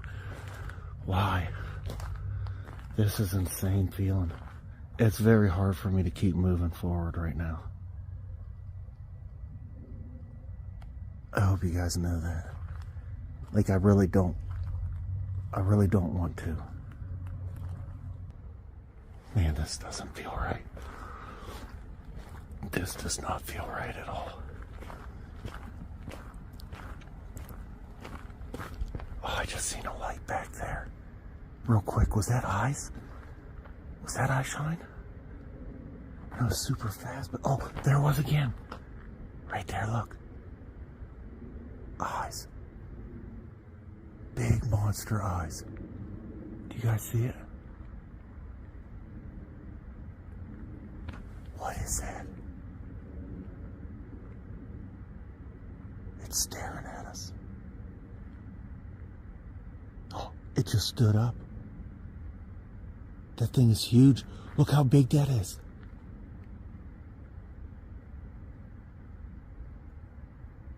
Right in the middle of the... Oh man, I can't zoom. I don't want to move because I don't want to lose it. That thing is big. What is it doing? It like got low. It went lower. Bear stops suddenly, whispering to the camera that the figure has a full head, shoulders, and outline. It isn't moving or charging, just watching. When he tries to zoom in, the camera won't focus. He stays perfectly still, careful not to provoke it. Slowly, the creature crouches and vanishes into the trees. Bear then heads toward a bridge that crosses the sighting area. The subscriber had reported seeing Bigfoot here before, either from the bridge or the nearby shoreline while fishing.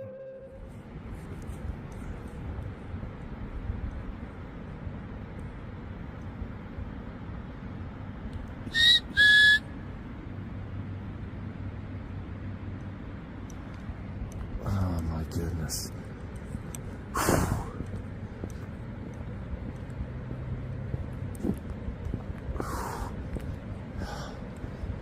Okay, what? Oh.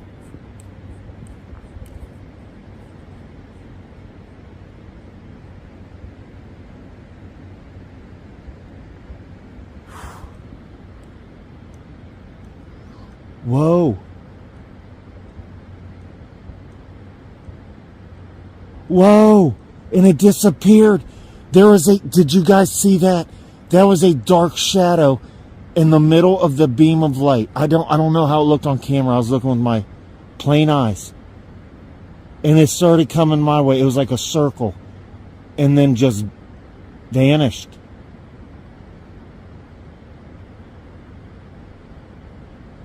Something dark.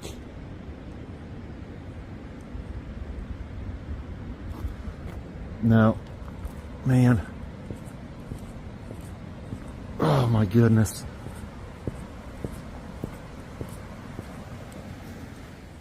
At the center of the bridge, Bear's flashlight reveals a large, brown, still shape partly hidden by trees. It vanishes quickly. Then he hears movement behind him, a splash in the stream, and crackling footsteps nearby. Surrounded on the bridge, he notices another dark shape in his flashlight beam that disappears just as fast as it showed up. Guys, with Bigfoot, my boy, on this side, man, my blood pressure is freaking sky high right now.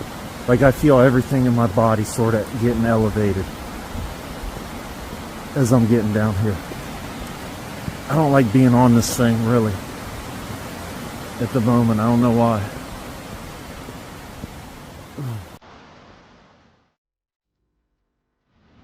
What a crazy feeling. If I just seen something move down in here.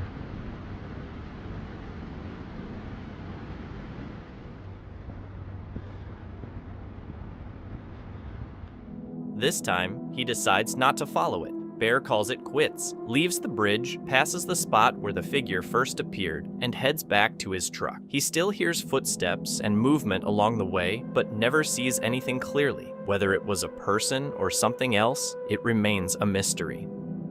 In July 2024, YouTuber Nolan uploaded a video called Exploring a Scary Abandoned Hospital on his channel, Lord Explores. Joined by his friend Esme, he set out to explore South City Hospital in St. Louis, Missouri, a massive facility abandoned in 2023. Since then, it had become a hotspot for squatters, vandalism, drug use, and other illegal activity. Police had even cleared people out before, with one arrest tied to a fugitive warrant. Despite its dark reputation, Nolan and Esme pressed on. The hospital's huge size made it clear, if anything happened, figuring out where it came from would be nearly impossible. At first, they only heard faint, distant noises and thought little of them, but when they headed down to the lower levels, they stumbled onto something far more disturbing. Yeah, so we, literally right when we got in, I wasn't even filming.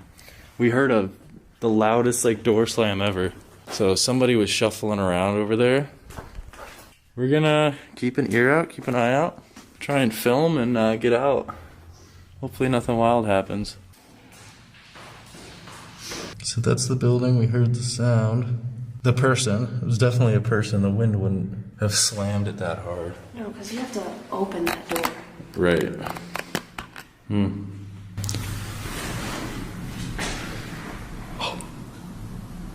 What's that? Oh, did you hear it again? I heard I something. heard it again. I keep hearing noises. I got that on video. It was muffled, but I heard it again.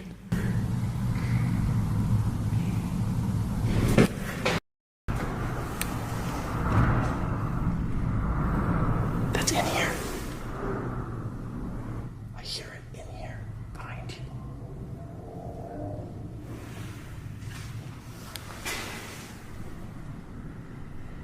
At first, the explorers thought the noises were coming from another part of the hospital, but when the bangs grew louder, this time from below, they realized the source was in the lower levels. They waited on the staircase for several minutes, listening before finally building up the courage to investigate. Along the way, they noticed signs that scrappers had been there recently. Tools, shifted debris, and faint tracks in the dust. But beyond that, there was nothing. No voices, no movement, no one around. Feeling relieved, they brushed it off and kept exploring. But as they walked down a long hallway, everything suddenly changed.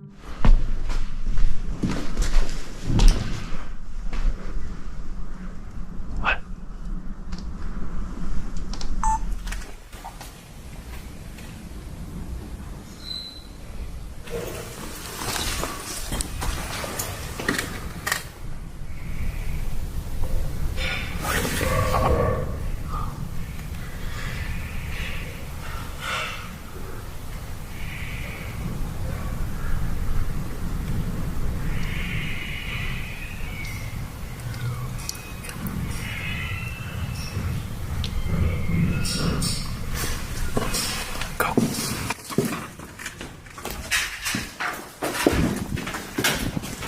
Stop. They're coming up the stairs. Where that is. Keep going.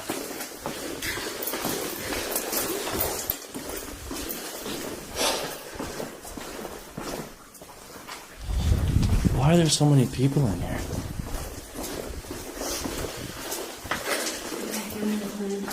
Stay here.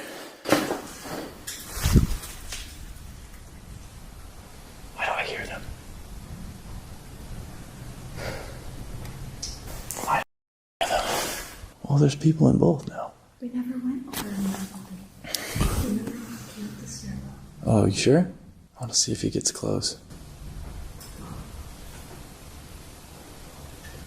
After hearing strange noises from the lower levels, the explorers assumed it was just a scrapper, but then a door creaked open. Footsteps followed. Terrified, they bolted in the opposite direction. At the end of the hallway, more noises echoed from the area they had just left, making it feel like someone might actually be searching for them. Not willing to risk it, they abandoned the idea of exploring the rest of the hospital and headed for the exit. But as they approached the doors, they ran into something once again.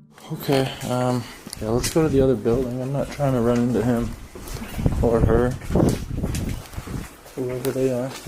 So, you can't see it from right here, but that bridge down there, the long one, the one we came out from the parking garage. Right.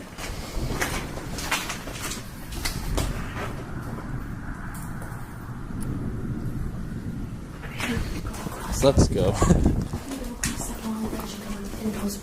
Okay.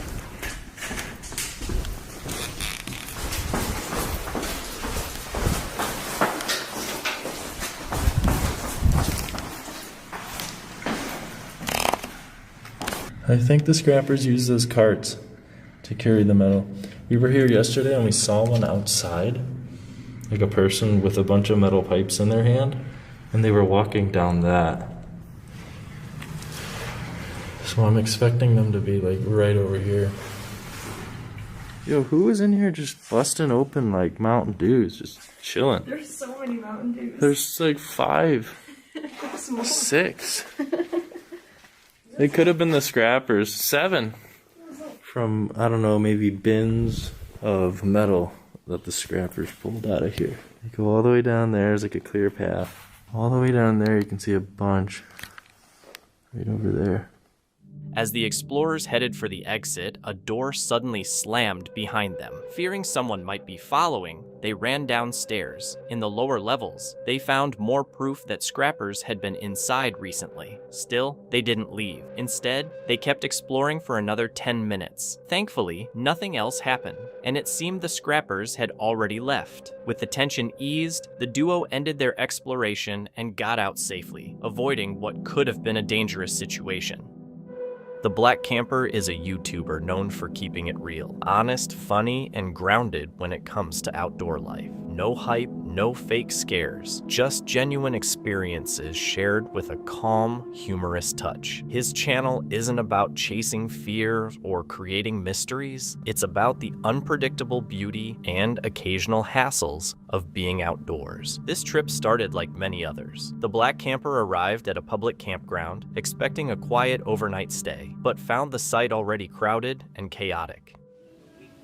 Right there will be perfect for the dirt stand. Yeah, I'm gonna set up right here. Dirty diapers and glass in the fire pit. Yeah, I'm not making a fire. All right, see, this is why I don't like this park, man. Hopefully I got enough water, I got enough fuel to boil my water. But yeah, all right, let me get camp set up, dog. I think that's flat as hell. That's the flattest one. The fire pits were full of broken glass, trash, and even dirty diapers. Clear signs that nobody had taken care of this spot. Still, he stayed positive. He found a corner, set up camp, and made the most of it. Just one of those evenings where you roll with what you've got. Excited, man. I should have grabbed my bike, but I forgot to. So, all right. And I'm sorry about the music and the loud people if y'all hear that, but it's okay though, because it's a public campground. That's what happens.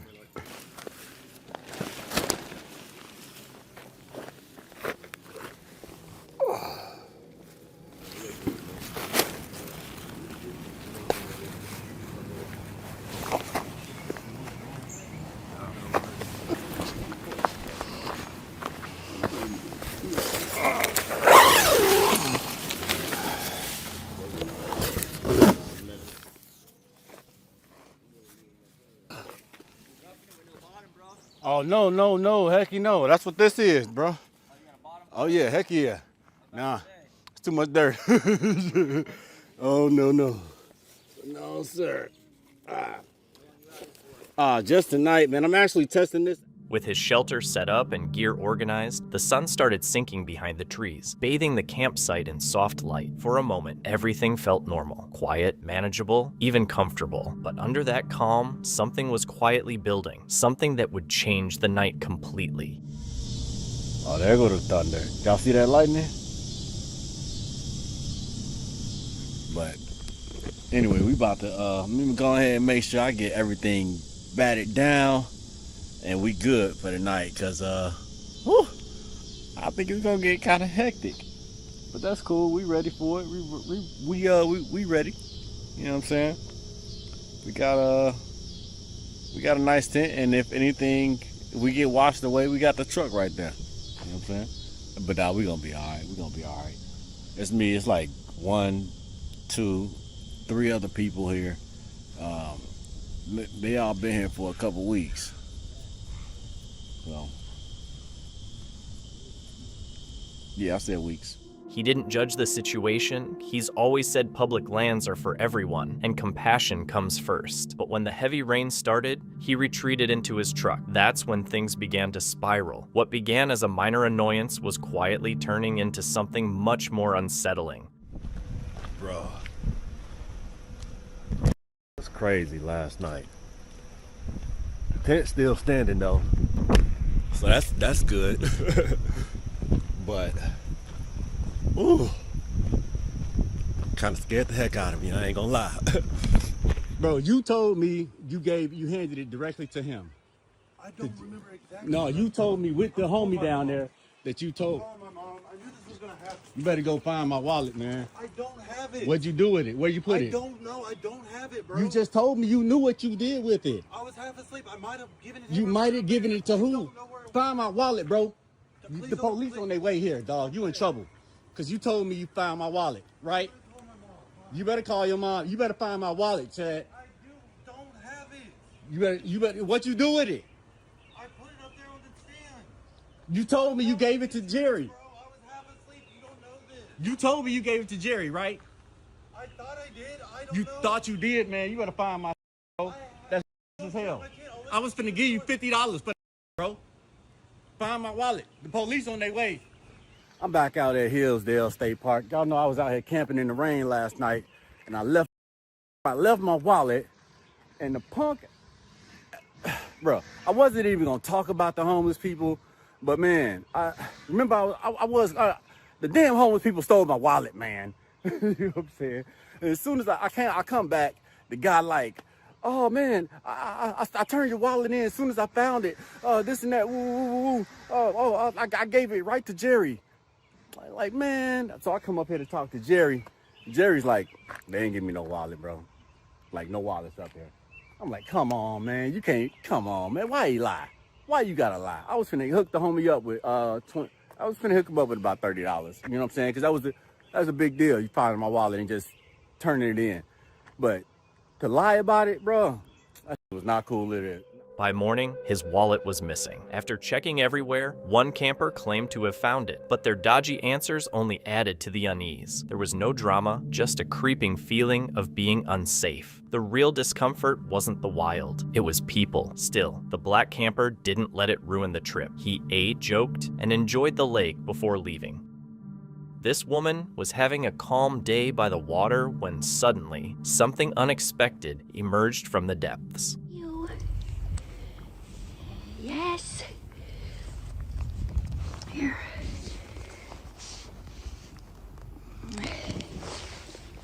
Hey, baby. I love you. Yeah. You know what, Mama. What are you doing? Ooh. Sticky. Kind of sticky, buddy. Yes, I love you. You want to come up here? You want to come up on my leg higher? Oh, don't go away.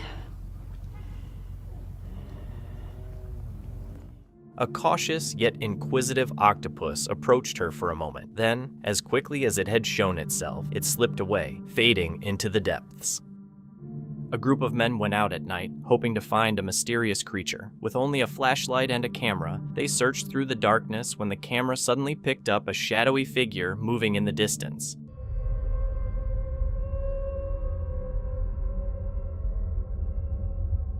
One of them shouted in fear, which appeared to trigger the creature. Moments later, it rushed toward them, knocking the camera to the ground. The footage briefly caught the creature walking away before everything went quiet. Luckily, the men weren't badly hurt and managed to return home safely. While hiking, someone saw something really scary.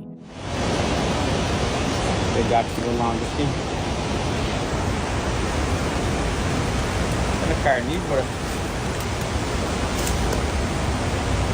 Ó, tem mais lá dentro lá, ó.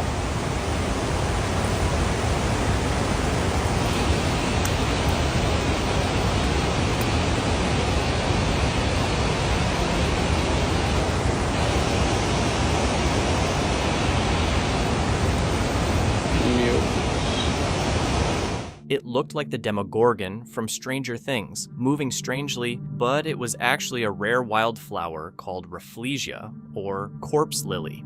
This parasitic plant has no leaves or stems. Its huge flowers are eye-catching, but smell like rotting flesh. The bad smell attracts insects, like carrion flies, which help spread its pollen. Even though it looks and smells awful, it's not harmful to humans, though being too close can make you feel sick. My Haunted Hotel in Chester is considered one of the UK's scariest immersive experiences. Created by the team behind my Haunted project, it's designed to capture real paranormal activity. The hotel has 247 live cameras keeping an eye on guests as they encounter strange phenomena in one of England's most haunted spots. With over 400 years of dark history, its walls are filled with tragedy, and investigators have managed to record some of the most convincing ghostly activity ever seen on camera.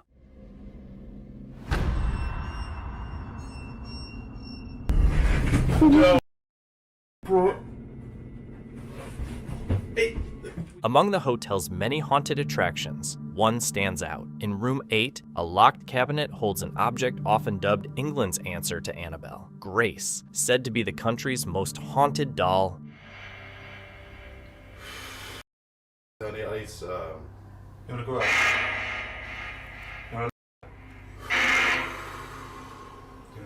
Right, what is going on in there? Call out the names Mammon and Orobas. Mammon and Orobas.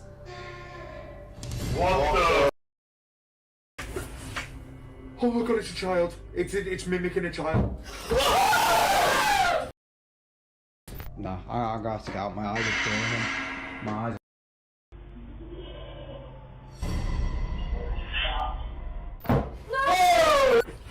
Oh my god. Oh my god.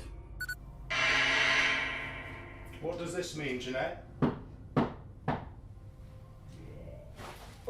Skeptics might say the noises and strange happenings are fake or just special effects, but if that were true, wouldn't paying guests notice? So why do so many leave terrified? With so many cursed objects scattered around the hotel, it's no wonder the bar area is just as active. Whether eating, drinking, or just hanging out, countless visitors have reported unsettling paranormal encounters.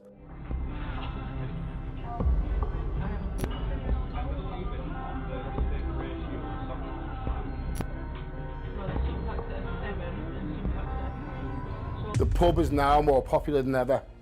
We have people from all over the world that come here to embrace the paranormal atmosphere. And it's amazing when we capture general public experiencing things during the day. I got a text message of James, one of the bar staff. You would have seen him on the show before. And he asked me to check some footage back of the glasses come off the shelf. Now, it's really weird. Not often this happens. It happened one Christmas ago, a few years ago. This is the first time I've actually caught it underneath the till. Could it be stacked weird? I don't know, but it never normally happens. It's worth noting that we did ask James a number of questions about this. With such a dark history, it's easy to imagine something supernatural lingering in these walls. The hauntings inside the rooms are even more intense. Each room is said to host a different spirit, from the restless souls of children to the stern presence of clergymen in room 1. Guests have reported chilling experiences, even while staff were simply decorating the spaces. It's the only thing you won't answer, but it's enough. You know, we just ignored that for like a full minute.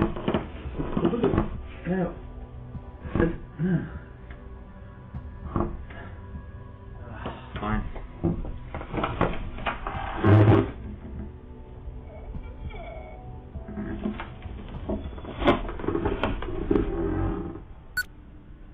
I didn't hear anyone. No, there's not. No, someone's run and hidden. No, wait, what?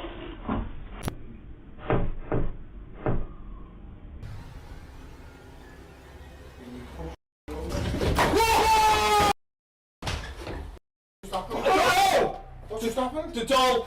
The paranormal activity doesn't stop there. Beyond the rooms and the pub, an even darker presence seems to hide beneath it all. In the hotel's cellar, a hidden camera was installed just in case something appeared, and what it captured was truly shocking.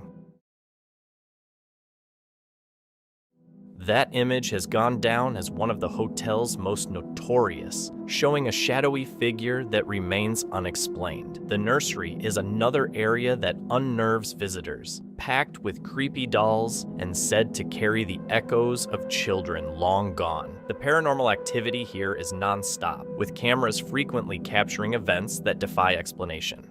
In this room is an incredibly haunted doll. When we first put this in here, it was a normal doll, just like the other 70 dolls in this building, and... Oh! Oh my god! No! The nursery is also infamous for eerie, unsettling noises. In one recording, investigators caught something truly spine-chilling. Tuesday sessions. What?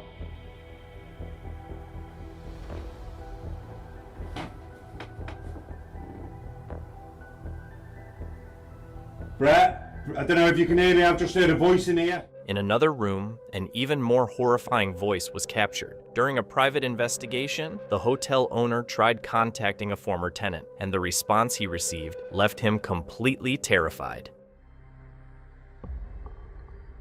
Who threw themselves out the window? Or did you get pushed out the window?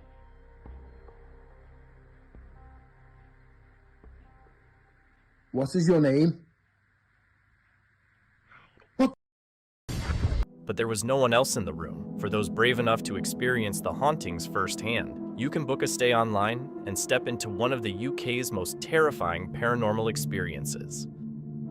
This guy tried to push over a dead tree, but it didn't go the way he planned.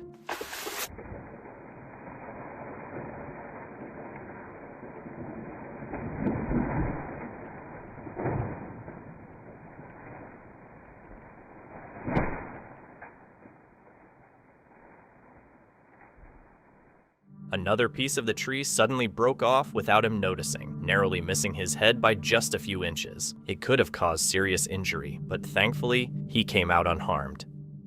The unsettling footage was shared by Black Mass Paranormal, a US-based YouTube channel known for solo explorations into the paranormal and cryptid encounters, often set in the Appalachian region, particularly the isolated Smoky Mountains. On August 4th, 2025, during one of these solo ventures, the investigator stumbled upon some troubling signs suggesting he wasn't entirely alone in the forest. We are going to go up to higher ground and see if we can see something. That print, to me, is pretty interesting because this is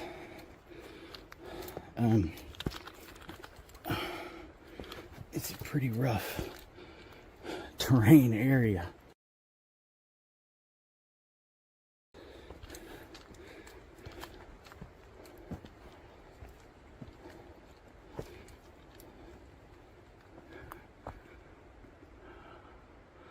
Now there are, in my opinion, Bigfoot in this area.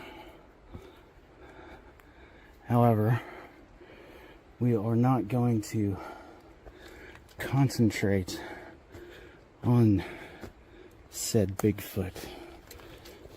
Something came sliding down this hill.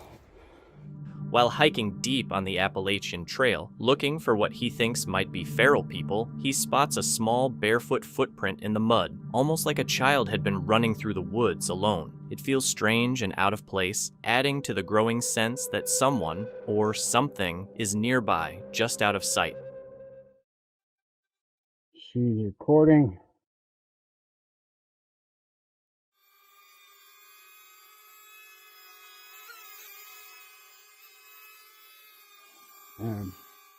Now we gotta get across this ledge here.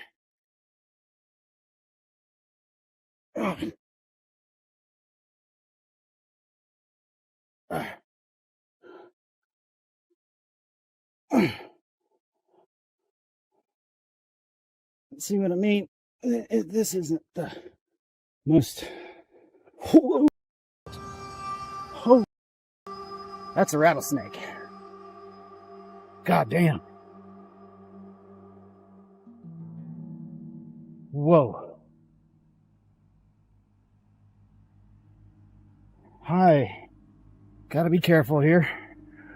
All right, buddy. So, see, what's important is you stay calm. As he climbs higher to get a better view of the trail, things take a scary turn. He comes face to face with a huge rattlesnake, an eastern diamondback, known for being aggressive and very venomous. With his heart racing, he reacts on instinct, slowly backing away without angering it. Luckily, the snake seems sluggish, probably because it had just eaten. What really saves him, though, is his quick thinking and outdoor experience. He stays calm, understands the situation, and gets out safely.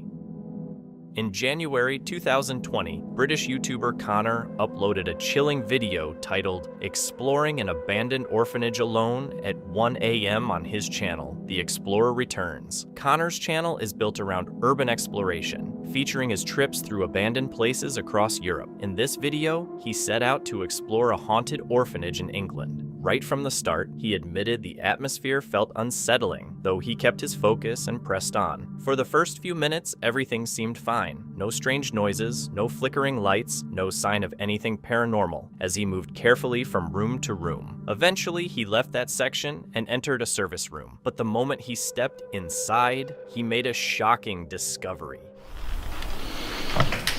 Okay. That's not what I wanted to see. That goes straight down to the basement. Okay. Last time I was here, this ceiling, this white bit here that's standing up, which I don't know how it is doing that, was still up. Obviously all the wind we've had recently has really damaged this place.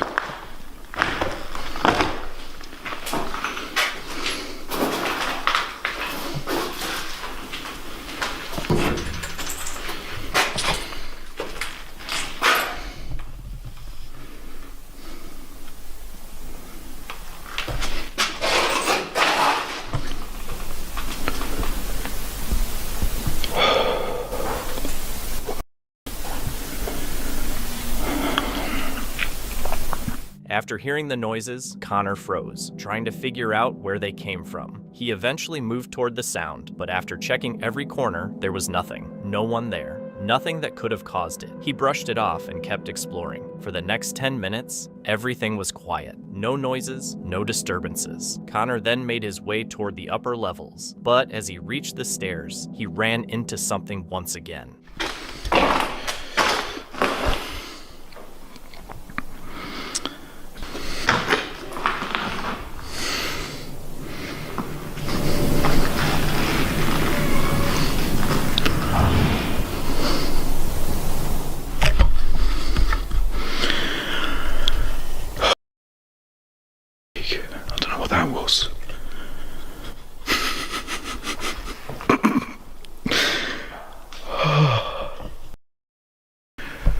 Why did I do this today?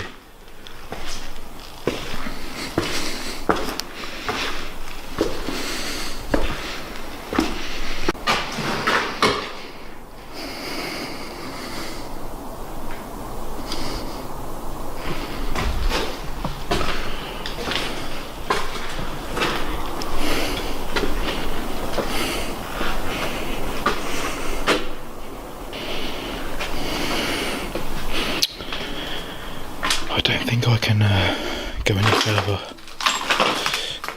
As you can see there. After hearing noises from the upper floors, Connor quickly switched off his flashlight and listened closely. When he finally turned it back on and went upstairs to investigate, he found nothing. By now, he wasn't sure if someone was actually inside with him or if it was something more sinister. He thought about leaving, but since he had come to investigate, he decided to stay and keep exploring despite the risk.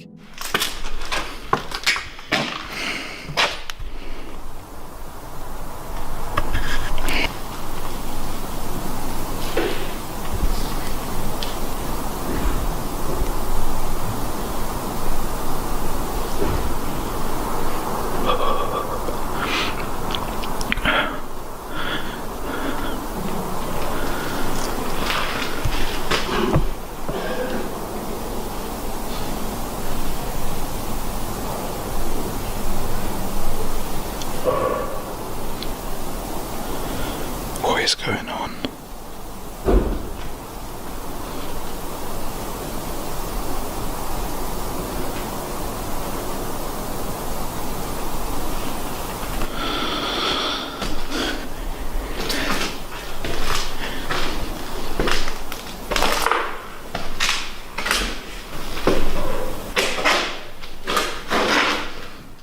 After the loud bangs, Connor was shaken, but this time he chose not to investigate. He didn't go toward the sound or look for its source, assuming it was just the wind or the building's weak structure. He brushed it off and kept exploring the rest of the orphanage. For nearly 10 minutes, he moved carefully through the halls, pausing now and then to listen. Everything stayed quiet. No bangs, no strange noises. It seemed like whatever had happened earlier was done. But just moments later, as Connor walked down a hallway, he came across something deeply disturbing.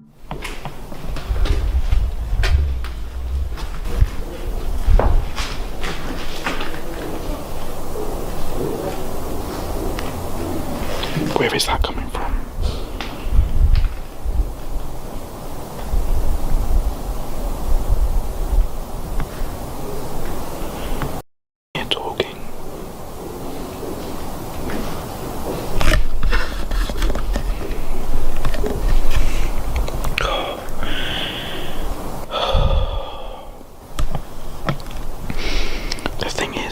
I'm in the middle of London.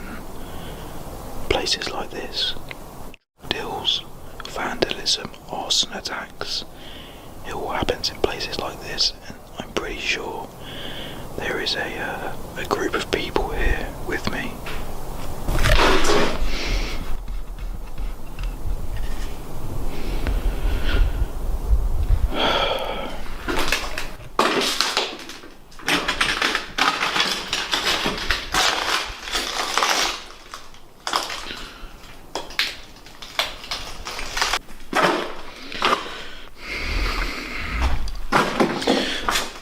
I'm getting out of here now.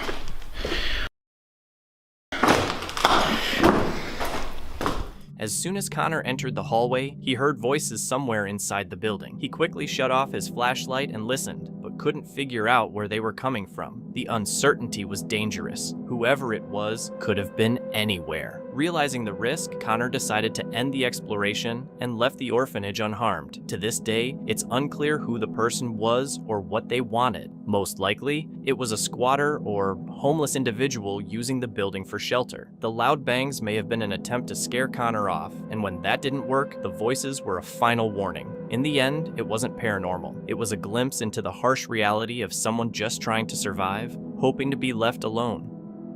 Meet Moxley, the daring force behind Moxley's Paranormal World, a YouTube channel where he braves the darkest corners of the unknown. From abandoned asylums to haunted graveyards, always solo, always at night. Moxley isn't just chasing ghosts, he's confronting fear itself. But on one particular night, that fear felt different. This wasn't just another eerie location, it was a forest so haunted, no one had ever lasted till morning. Determined to be the first, he packed his gear, hit record, and disappeared into the dense, jungle-like wilderness, ready to face whatever waited in the shadows. But there's been a lot of reports to this one. People coming out here camping, groups, solo camping, and they have to leave during the night because of the noises they're hearing, voices walking around them. So let's see what happens here tonight. Locals and previous campers all shared the same chilling story. Mysterious voices, the feeling of being watched, and something circling their tents late at night. Moxley, after a long hike, picked a clearing under a gnarled tree to set up camp. As darkness crept in, the forest fell silent until strange noises began in the distance. While quietly drinking coffee, a sharp howl echoed through the trees. It sounded like a dog, but there weren't any dogs nearby. Tension thickened. Wasting no time, Moxley grabbed his spirit talker and started the investigation. Goodbye, friend. Goodbye, friend. Tear. I think it's just wind that evil. That actually scared the life out of me. Then I thought somebody was poking on the back of the tent like just, I'm buried close by. I'm buried close by. Whereabouts are you buried? Something is wrong. What is wrong? Blood.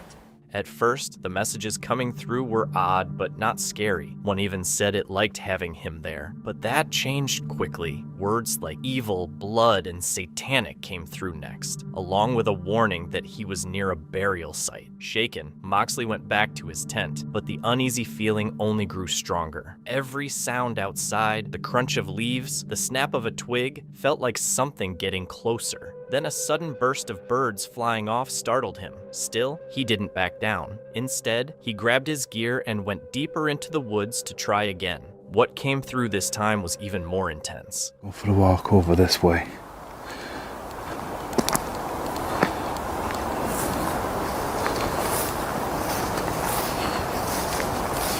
And do some calling out. See?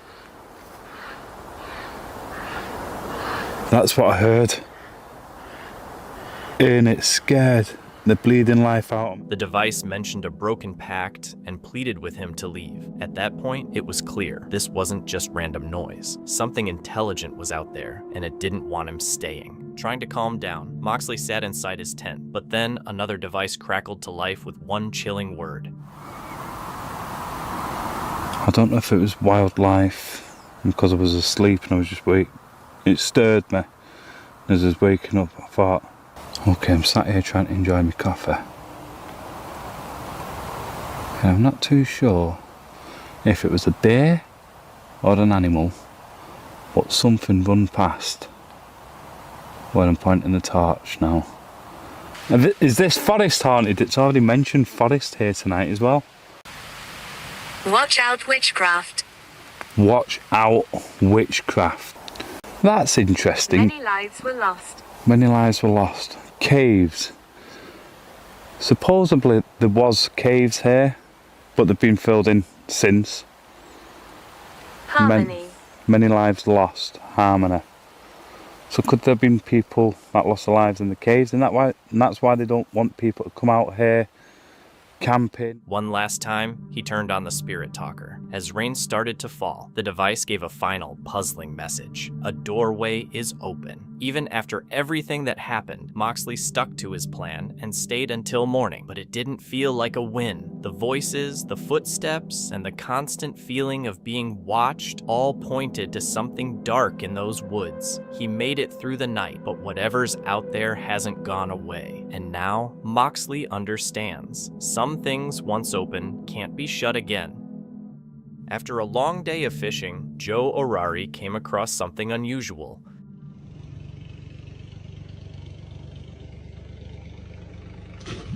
Nossa! Ó, eles erraram.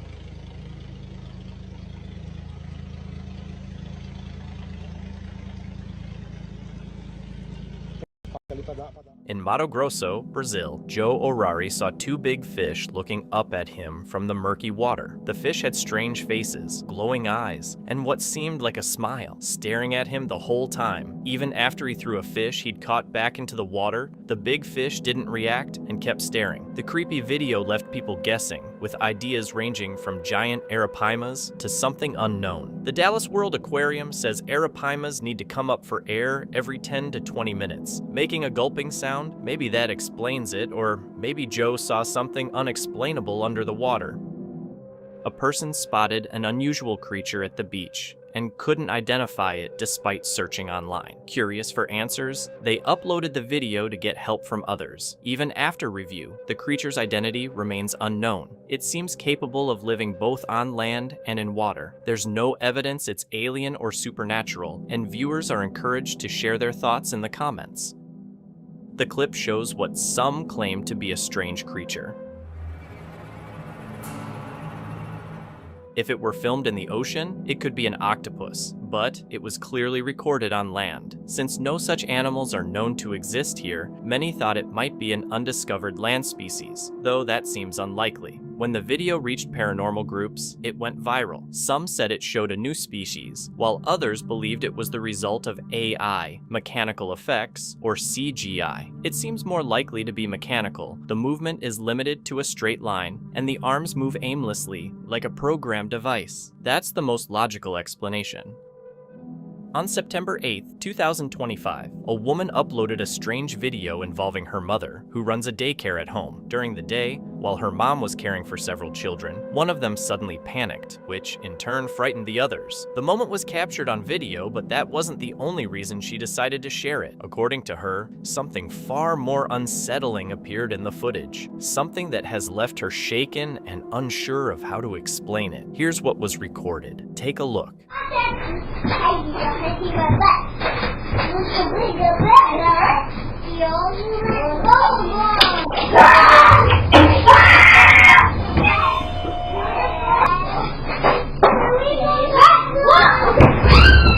In the footage, the playhouse in the corner suddenly topples over on its own, despite none of the children being near it. What's even stranger is that this happens just moments after one child bolted from the room, terrified by something no one else could see. Neither the mother nor anyone present could figure out what had spooked him so badly. But after the video was shared, someone pointed out a chilling detail that may explain his fear. Needless to say, what they found has left the daycare owner deeply disturbed. Look carefully.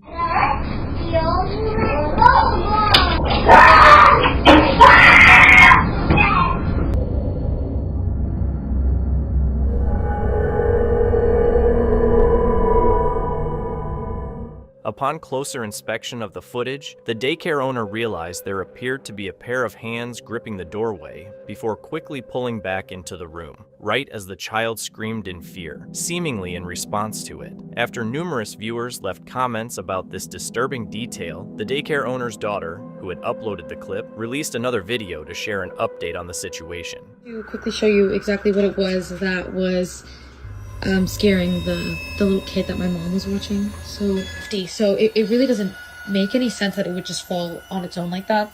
And this is the room. The crazy thing about this is that there was like markings at the top of the entranceway of like the doorway, and I guess in the video you can see hands gripping onto the doorway. I don't really know what to make of that. I thought at first that it was like bugs or something like that, but it looked almost like two hands like gripping on the top, like leading into this room, just like. But the main thing and the reason that the little boy was screaming is actually in here. We have this covered up for a reason.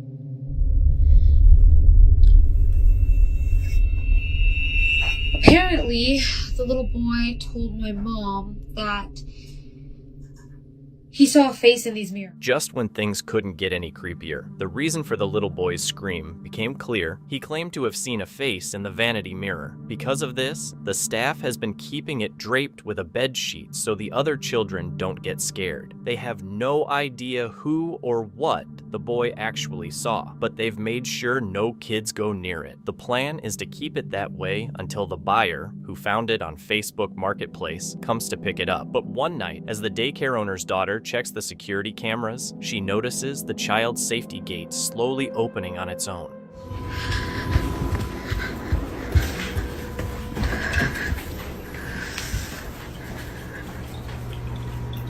Oh.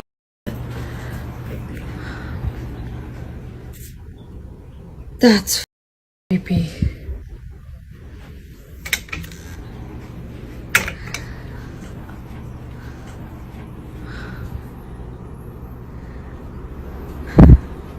Do it again.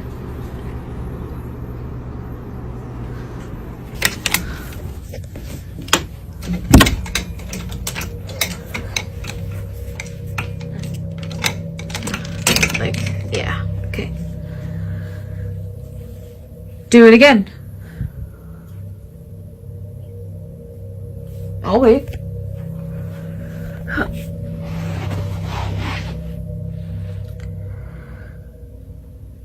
Do it again.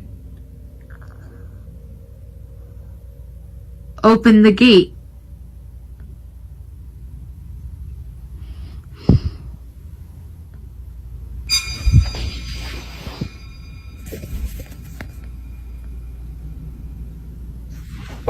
Oh my.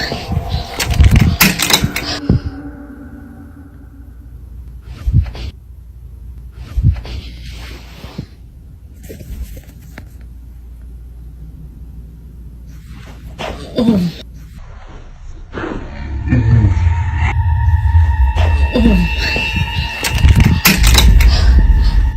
of nowhere, something presses against the sheet just as she asks the supposed entity to open the gate. The gate stays still, but in the center of the sheet, 2 finger-shaped indents appear, as if something is pushing from the other side. The problem is, there is no other side, only the vanity mirror, which has no moving parts. Terrified, she bolts from the room and locks the door, making sure no children can enter, with no intention of ever finding out what caused it. We're gonna keep the room closed off from the kiddos for now so they can play in the rest of the space. While she waits for the buyer to finally collect the item, the door stays firmly closed. Not much else is known about what happened, but even with so little information, the story is unsettling. For now, until there are any new updates, this strange case remains a mystery. The Veryovkina Cave, tucked away deep in the Caucasus Mountains of Abkhazia, Georgia, holds the title of the deepest known cave on Earth. Check it out.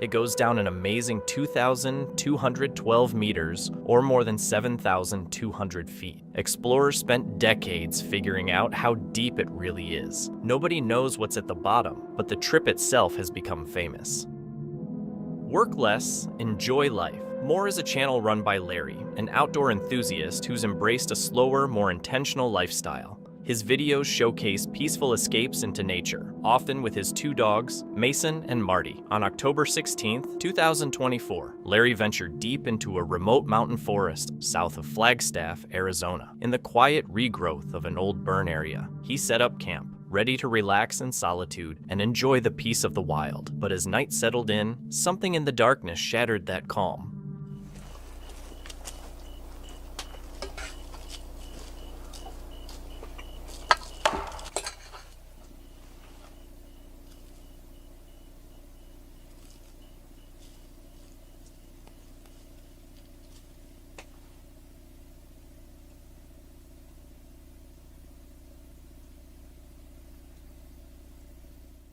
After grilling a steak by the fire, Larry stepped into his camper to eat. But only a few bites in, a loud, sharp bang echoed from outside. It sounded like either a gunshot or a heavy branch snapping under pressure. Sudden and jarring, it instantly changed the mood of the night.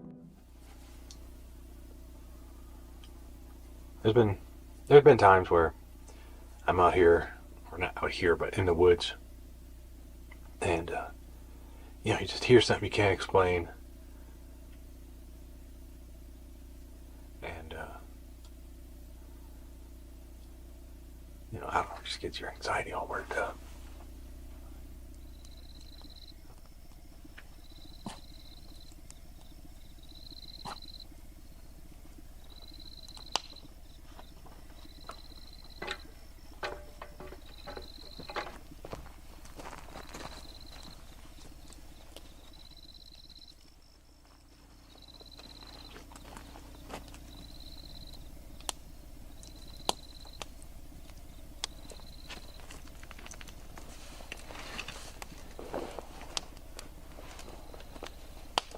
It's starting to get cold. I had to switch into my sweatshirt.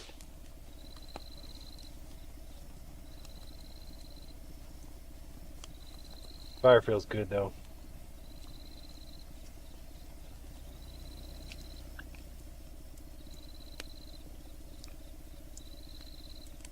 I catch myself just sitting here listening.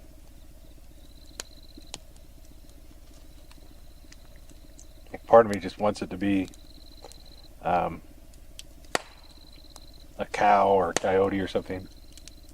Like I just want to see something that I could know that it was it, just so I can just drop it. Like I'm trying to sit up. The dogs are fighting.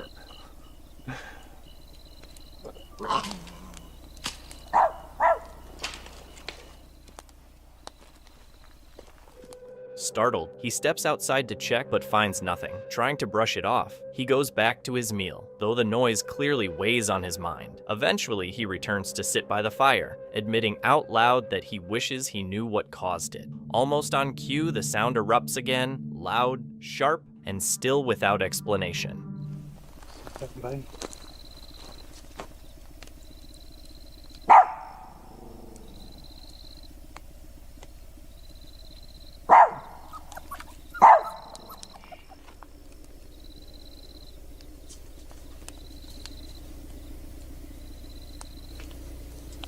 Hi.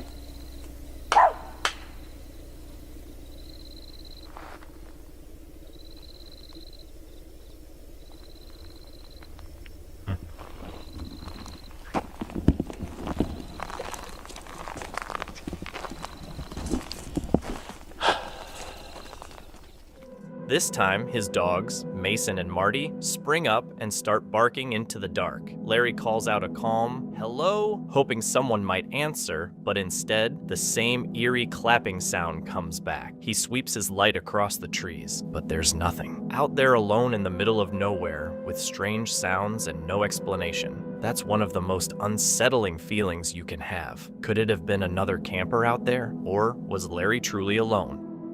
Jared Coker is no stranger to solitude. His explorations are calm and deliberate, focused on showing what most people never see. In this video, he travels to the outskirts of St. Louis to explore a massive, abandoned packaging warehouse. Once a place of order and constant activity, it now sits in silence, filled with rusting frames, broken catwalks, and an echo that lingers in every corner. At first, it feels like just another industrial ruin, but as Jared goes deeper inside, the quiet begins to change. What started as a calm exploration quickly shifts into something far less predictable. This thing's massive.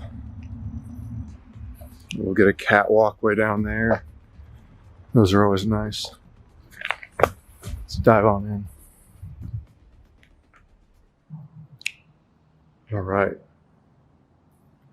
What does that say? Pendaflex Essential Hanging Folders. It's probably just a cabinet of documents and stuff. It's huge. Could I zoom down that far?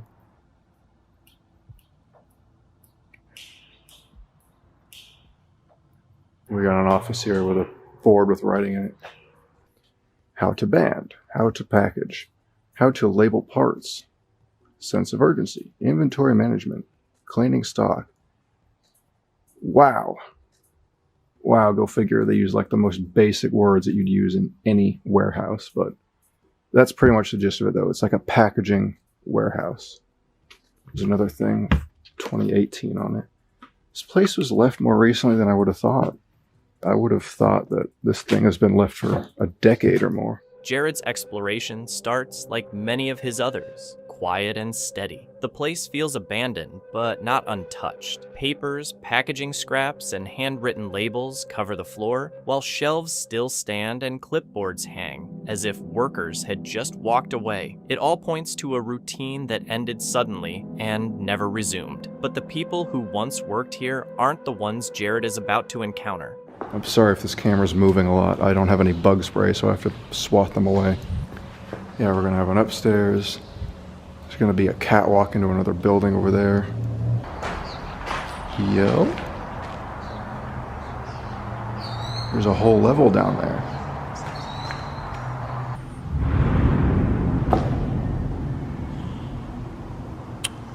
All right, we'll ignore that.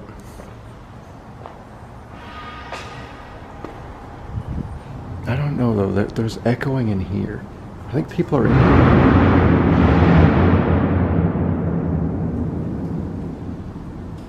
Yeah, I'm not so sure. Yeah, that echoing's in here. Someone is here.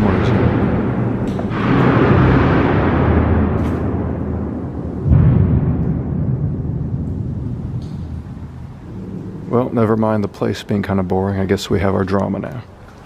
Okay. Guys, I know this is a bad time, but I had to change my battery, and there was like another really loud boom getting closer to me, so there are definitely people down there somewhere. Like that.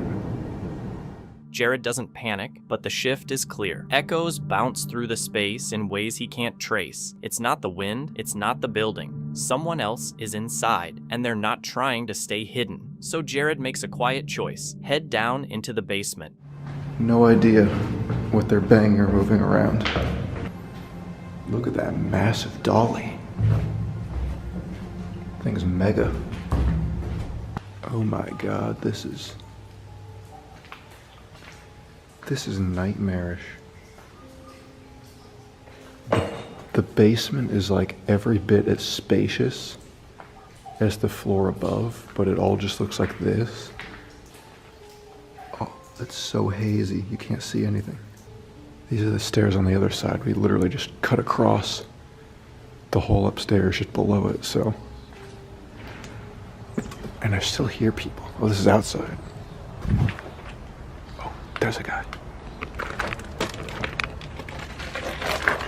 Gonna duck down here.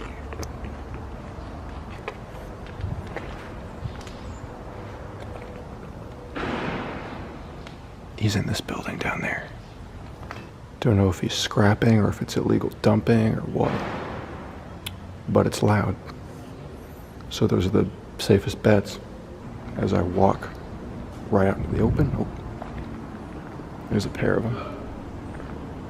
Hey, what's up? Jared circles back and comes face to face with the source of the banging, a pair of scrappers. They're hauling pipes and dragging debris through the warehouse, making no effort to stay quiet. When they notice Jared, they don't react. They're not interested in him, only in taking what they came for. Still, the encounter leaves Jared even more curious. All right, here we go. Here's where two connect. I can hear them. And that is their trailer right there. We can spy on the scrappers. Yeah, look at that. Their teamwork lifting the massive pipes out of here. They're gonna throw it in their trailer there, take it to a scrapyard or something, and get money for it. Technically illegal, still considered stealing, but they're gonna get away with it here because this place just sits so wide open and unguarded and nobody cares. Yo, maybe that's the big booms I was hearing. Maybe they were taking it from up here, dragging it like that line, and then throwing it down, creating those huge bangs. Look at that line. That's so exactly what they did. At least they didn't care that I was there. I mean, they're committing crimes, and I'm here with a camera. Jared was fortunate the scrappers paid him no attention. Even so, the encounter felt wrong. Sensing the danger, he chose to leave, quietly and carefully, avoiding notice. He wasn't looking for another confrontation, and staying invisible was the safest way out. In the footage, a cameraman films a tree with shaky hands, likely because the camera is fully zoomed in. Black fingers can be seen gripping the tree, hiding a body behind it. Near the end, two glowing eyes appear from within the branches, staring back. Viewers were divided. Some joked it looked like an Ewok, while others said it was probably just a raccoon. Ugur Haliloglu's YouTube channel is known for calm, relaxing camping videos, filled with nature, quiet moments with his wife Sasan, and peaceful time away from the world. For over 10 years, they've explored the outdoors together, sleeping in the wild and enjoying the calm that most people miss. But what started as another peaceful trip off the grid turned into one of the most unsettling nights they'd ever had. Like many of their past adventures, this one began slow and easy. They found a quiet spot in the middle of nowhere. No roads, no trails, just sky, trees, and their camper van. It seemed like the perfect place to relax, but as night started to fall, the peaceful mood began to change.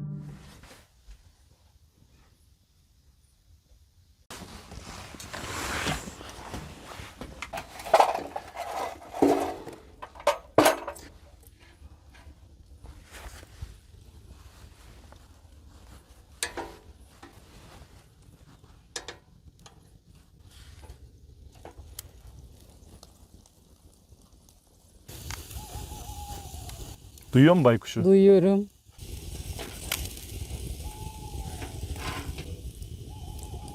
As Ugur and Sasan made dinner, the fire popped and crackled beside them. The smell of grilled vegetables mixed with the fresh night air. Darkness had quietly settled over their little campsite, covering everything in calm. These were the moments they loved most. Quiet, simple, and far from the busy world. Just the two of them, sharing a meal by the fire, surrounded by the steady sounds of the forest at night. But they had no idea things were about to take a strange and unsettling turn.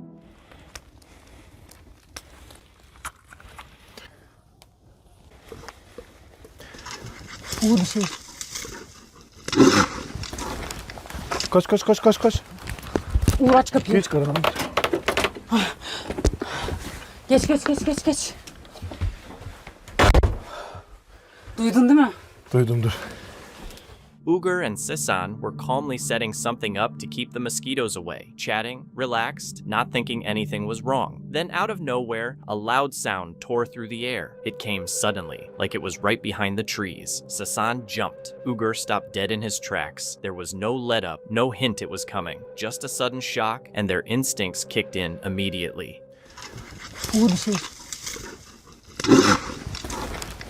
Koş. In an instant, they dropped everything and ran straight for the camper. The light mood from earlier vanished, replaced by pure urgency. Inside, everything felt heavy and still. They sat quietly, listening, trying to figure out what that sound was. Was it an animal, a person, something else? They didn't know. But one thing was clear, it wasn't far. Uğur çok korkuyorum.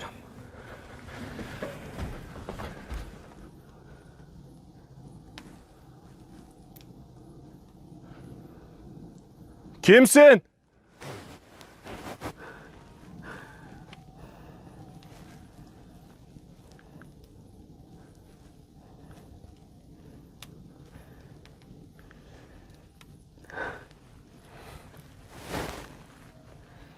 Uğur uzaklaşma.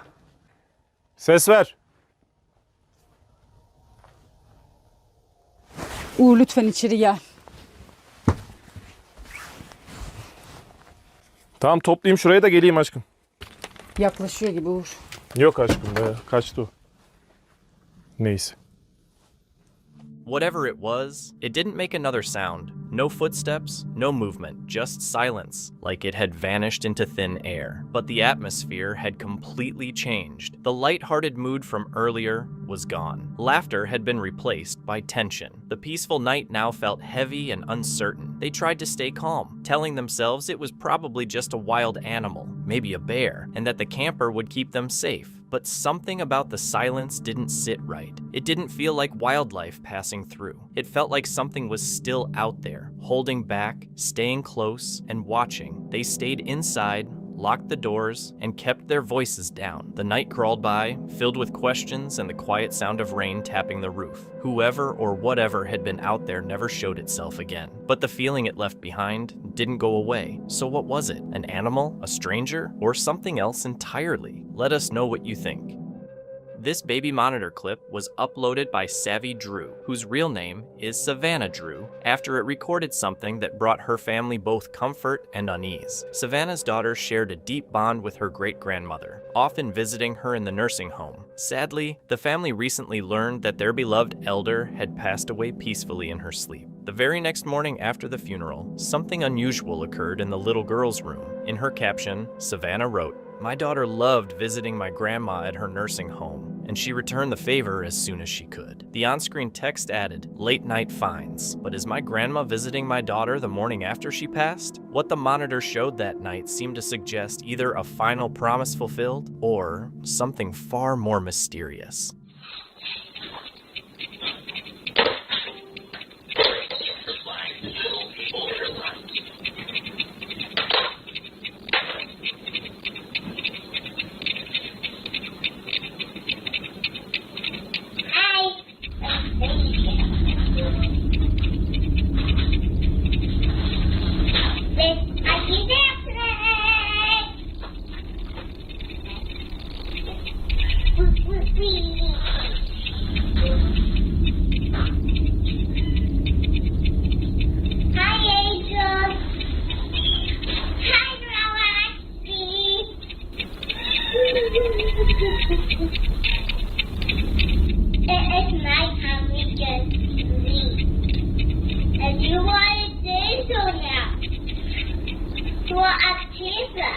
The baby monitor recording shows Savannah's daughter in the living room during the early hours of the morning. The child can be heard speaking aloud, pausing as though she's listening, and then replying as if carrying on a conversation with someone unseen. Hi, Angel. Suddenly, something unsettling occurs. A faint, unfamiliar voice emerges in the background. The little girl keeps chatting, at ease with the unseen presence she seems to be engaging with. In the following clip, Savannah shares what her husband found when he came back into the room. Husband came in right after the clip had shut off. Like, we don't know exactly when, right after, because he heard her talking to somebody after he was done helping the dog. And he was like, hey, who are you talking to? And she goes, oh, I'm talking to Grandma Eckersley. And he's like, oh, well, what'd she say? And she just goes, her said that her loves me. So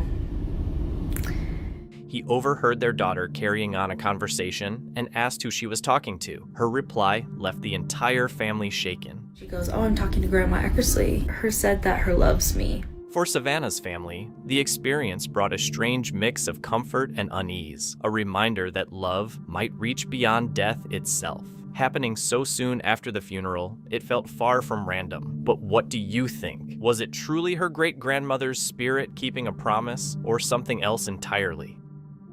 In March 2025, TikTok user Emily Dell started hearing strange noises outside her door and decided to record them.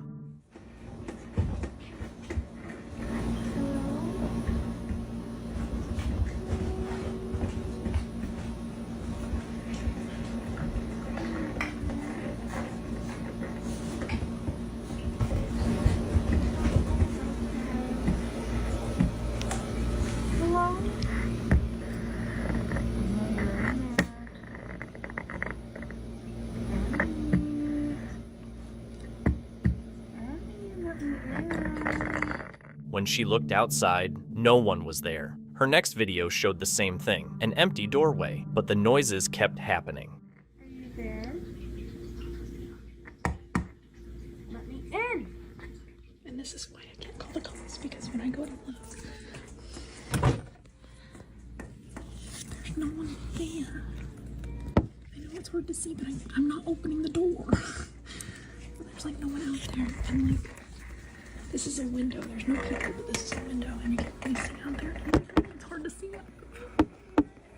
So I don't know what the hell is going on. Whatever it was, it left Emily very shaken. While hiking with flex tapes, the creator discovered an abandoned caravan tucked off a forest trail. Inside, it looked like someone had left in a rush, with their belongings still scattered around. Intrigued, he came back on January 26, 2023, planning to spend the night. Despite the dust, the caravan felt oddly homey. He made dinner, got comfortable, and fell asleep on the couch, keeping his camera rolling.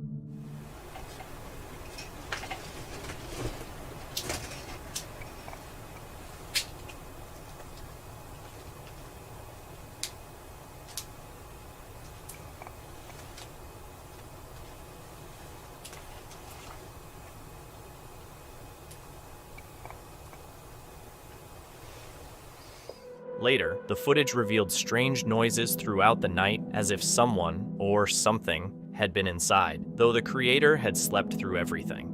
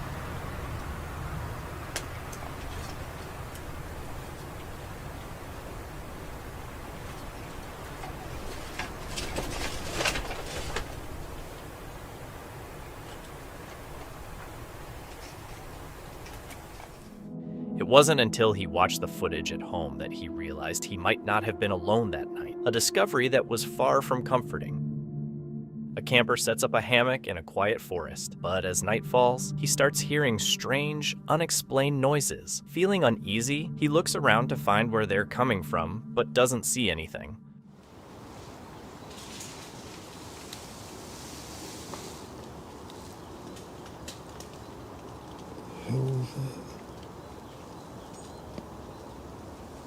I got back here and I'm standing here, and then suddenly the tree next to me just crashes, like, you know, like if a bird suddenly flew out of it, like it was startled.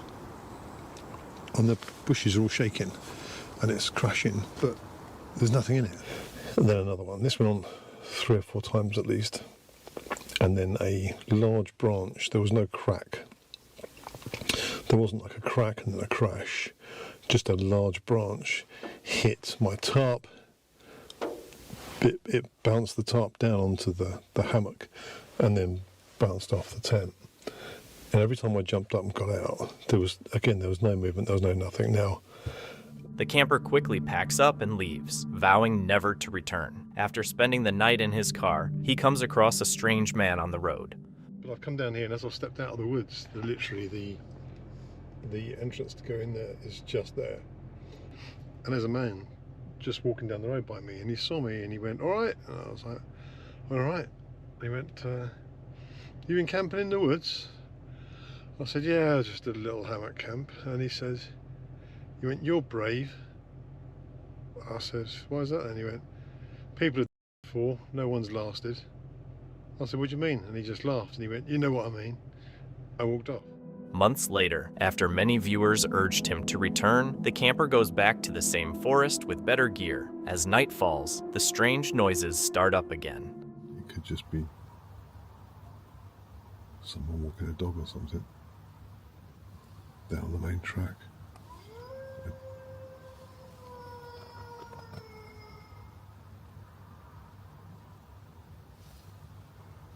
It's closer.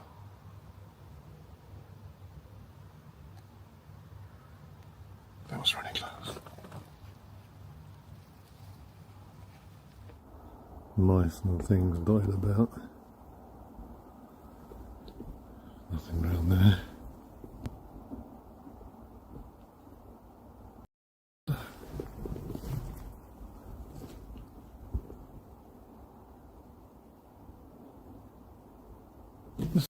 Handprints. So, who do you think those handprints belong to? Do you think it's something paranormal or not? Exploring With Me Eam is a YouTube channel run by Peter, known for his calm, solo trips into abandoned places around Europe. But this visit was different. The house he came back to had always made him uneasy, ever since his last time there years ago, just before a life-changing accident. And this time, he wasn't exploring alone. Peter teamed up with Haunting Ghost Netherlands to investigate the property, looking for signs of paranormal activity, especially after dark, when the real test would begin. Yes. The ghost hunters are outside already, so let's go up this stairs. Let's hope I don't fall through and I'll be more damaged than I already am. Alright, look at this view. It's all abandoned. There is another room. What does this say? I don't know. This is another room. Holy. Oh guys, look how creepy this is. Maybe tonight we will go here for the ghost contacting. Look at this. Very creepy. Look how high I am. Yeah. Tonight we will go back when it's dark and we will try to see if there's any paranormal activity. Let's see. I'm very curious if this is real, because I know a lot of you doubt, but we will see if there's anything paranormal. I'm really excited for that. Everywhere they looked showed signs of decay, rusted tools, collapsing floors, and odd forgotten items that hinted at the lives once lived there. The rooms carried a heavy sense of neglect, a weight that none of them could shake off. They had walked through enough to understand the layout, but what would stay with them later wasn't the broken floors or the mold on the walls. It was the feeling, the sense that something inside was still there, waiting. And we will see if we can have contact with any ghost. No entry, it says. It's very, very dark. Very, very creepy. As you see, the doors are closed now. So we think there's a homeless person inside. And that's not a good sign. All the doors were closed. And when we left, they were open. No wind, no animals, just doors that were wide open before, now closed tight. The group froze, not out of superstition, but from instinct. Something felt different, and not in a good way. It didn't feel like a haunted house. It felt like they weren't alone. After a brief pause, they chose to go in. They hadn't come all this way to turn back, but whether that choice was brave or foolish was yet to be seen.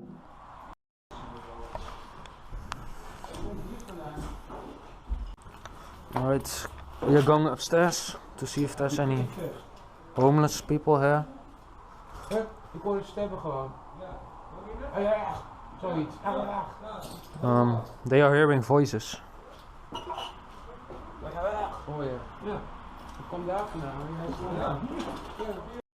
vandaan. Echt? And then they heard it, faint voices, low and muffled, not from their group, but from somewhere deeper inside. In that moment, it didn't matter if it was paranormal or something human. Either way, it was terrifying. Yeah, through the gap, through the gap. Alright. Go down, go down. This is the only door we didn't check. Oké. Hebben jullie wel allemaal wat in je hand? We kunnen zomaar... Die is weggegaan dat iemand. Hey! Wie is daar? Hey! Oh, Hey, blijf. Oh. Ik is toch iemand? Ik zei het toch? Oh. Hello? Hi. Yo. Goedendag. We are not here to harm. We're not to harm you. You speak English or Dutch? Sprechen Sie Deutsch? We will just film upstairs. Is that okay? We will film upstairs. Sprechen Sie Deutsch? Kijk uit. Goed. Hi. Yes. Lampen laag. Oh, sorry. Sie sprechen Deutsch, ja?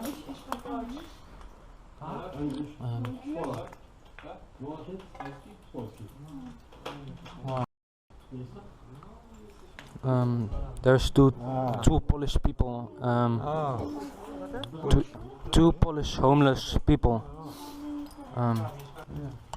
So we gave them some money to survive. Two men had been living in the basement, Polish, homeless, and thankfully not aggressive. Still, realizing they had been walking right above them the whole time was unsettling. The encounter ended peacefully. Peter and the others gave them some money, which the men accepted with quiet thanks. They were polite, even kind, but the weight of the moment stayed with them, because abandoned doesn't always mean empty. And in places like this, the real danger isn't always what you expect. Sometimes it's not the ghosts you need to fear. Sometimes it's the people already inside. On June 10th, 2025, James, who runs the YouTube channel Silverwood Stones of the Past, heads into the Birkhead Mountain Wilderness in the Uharry National Forest. He's not just out for a quick hike. He's planning to camp overnight and look for an old, abandoned home. From the beginning, it's clear he's ready for real adventures and whatever unexpected things he might run into. Take a little peek on the inside before we take a peek on the outside. This is a nice little mosquito net. This is cheap. I'll leave a link below in the description. But yeah, when you sit down, this stretches down pretty far, so it doesn't hit up against the roof of this rainfly. This is the Eno House rainfly, by the way. While taking a quick bathroom break, he notices what looks like a man-made ditch. After checking it out more closely, he realizes it's actually an old, hidden trail, maybe even a road that once led to a small settlement. As the sun starts to go down, he makes his first attempt to find the abandoned house he'd heard about. But the trip doesn't last long. He starts feeling uneasy, his GPS starts acting weird, and he hears coyotes howling nearby, so he decides to turn back. So I kind of lucked out where my camping is. I'm a little nervous, but I'm wondering if this goes up to the abandoned home. I'm debating whether we could take a hike up there. James makes the smart choice to head back, promising himself he'll return the next day with a better plan and more daylight. At camp, he builds a fire, checks out a wireless mic for his future videos, and thinks about how being alone in the woods can sometimes mess with your head. The next morning, it's raining hard and all his gear is soaked, but he's still set on finding that abandoned house. Ignoring the bad weather, he heads out again. This time, he uses his waypoint system and follows a side trail that looks like it was once carved into the land. No, I know where I'm at. I'm just joking. I'm in the middle of nowhere. That's where I'm at.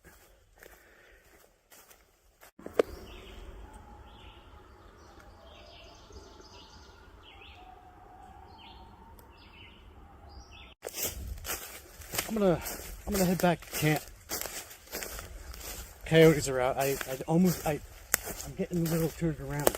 It's kind of weird. My GPS was acting kind of funny.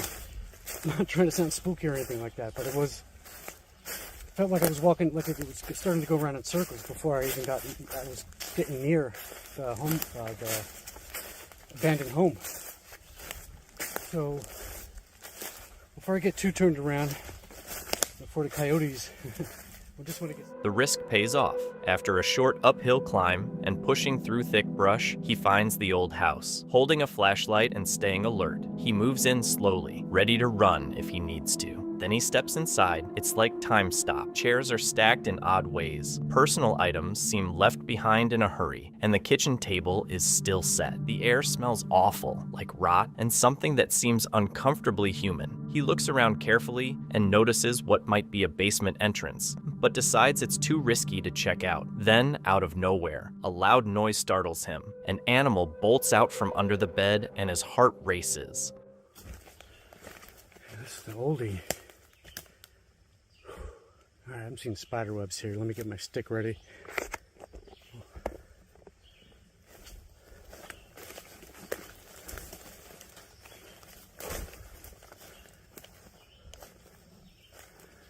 Approaching slowly. Yeah, so somebody left this place in a hurry. Man, they left a lot behind.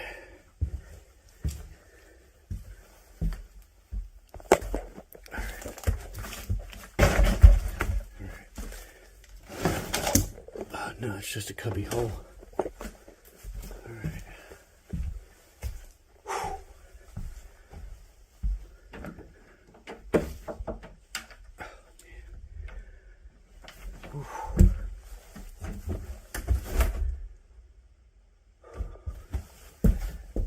I hope no crazy stuff been up here. I've seen too many of those videos.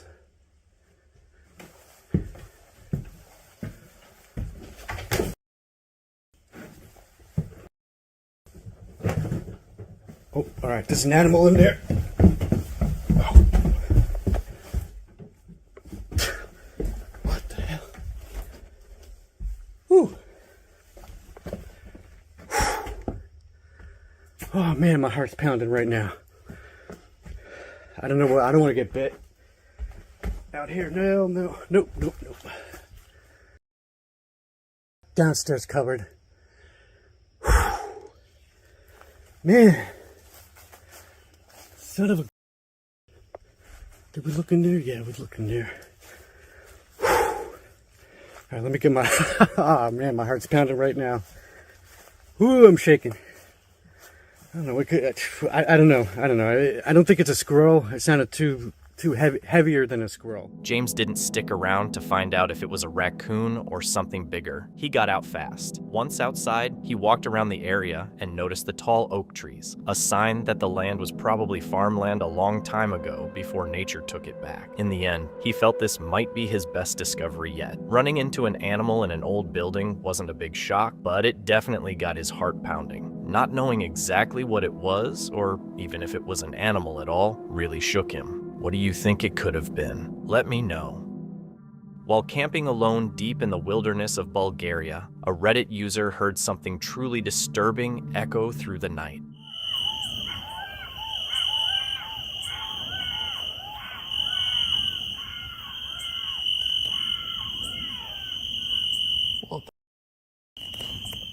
The sound resembled multiple people screaming, yet the area was empty, just miles of dense forest all around. Later, commenters suggested it might have been a fox, a lynx, a jackal, or something more sinister. Some even referenced old legends linked to those woods. Whatever it was, the Reddit user didn't stick around to find out.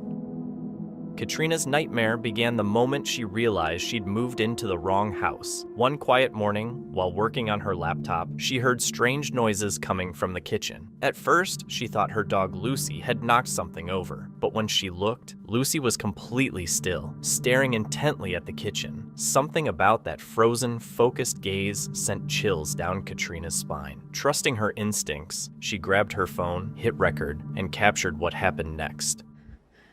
Okay guys, it's just me and Lucy up here. I was just listening to music. I was on the laptop and we're hearing something in the kitchen. Holy.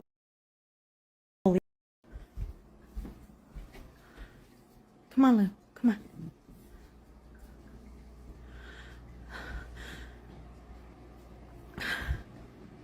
Hello?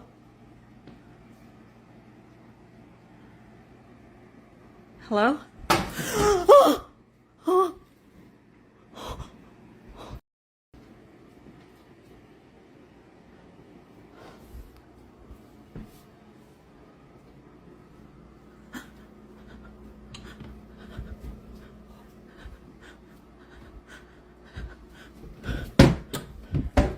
The footage might look subtle, just faint noises and flickering lights, but anyone familiar with hauntings knows those are the first warning signs, and Lucy's strange behavior confirmed it. Over the following days, the activity only intensified. Then, unexpectedly, a tenant moved out, and the landlord offered Katrina the newly vacant room. After weeks of trying to ignore what was happening, she finally gathered all her recordings and sent them to a well-known ghost hunter in the city. Now, a cleansing ritual has officially been scheduled for the house. A man had recently moved into a new home and was still getting settled when his dog started fixating on a particular room. There was nothing obvious to catch its attention, no noise, no movement. Yet, out of nowhere, something occurred. Jackson is like focused on this right now. He won't, like, you alright? I know. I think something's wrong. I don't know. I hear noises, but I'm not even sure. Are you kidding me right now? What's wrong with you?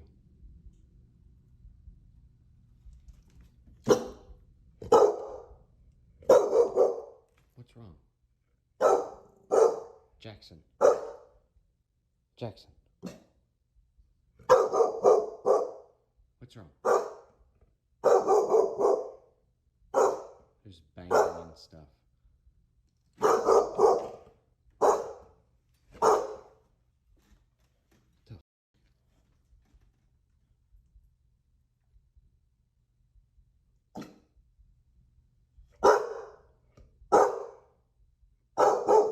The dog's reaction made the whole experience feel disturbingly real, something that couldn't easily be staged. Could it be that the house is actually haunted? Two guys were rock climbing when, all of a sudden, one of them slipped and missed a step.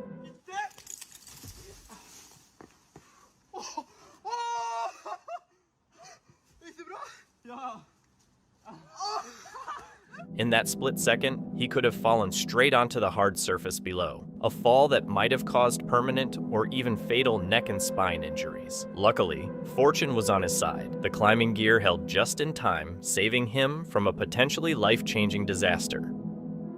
The chilling video comes from My Name's Teo, a van life and solo travel vlog that shows the real, unfiltered ups and downs of life on the road. On July 27th, 2025, what was supposed to be a peaceful night in the Colorado mountains takes an unexpected turn for Teo and his group. So I think tonight we're gonna do a fire, and yeah, I think that's all we got planned for right now. How you feeling, Collie? Good. Good? Definitely longhorn sheep. Yeah. Definitely. Beautiful. It's a beautiful area. Yeah. We're gonna do a fire right there. There you are, friend. Majestic. He's gonna cross the road.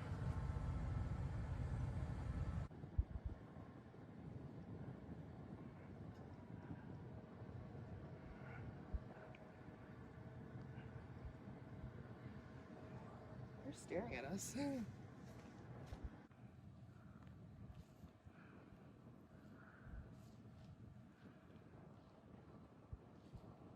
I don't know what he's doing.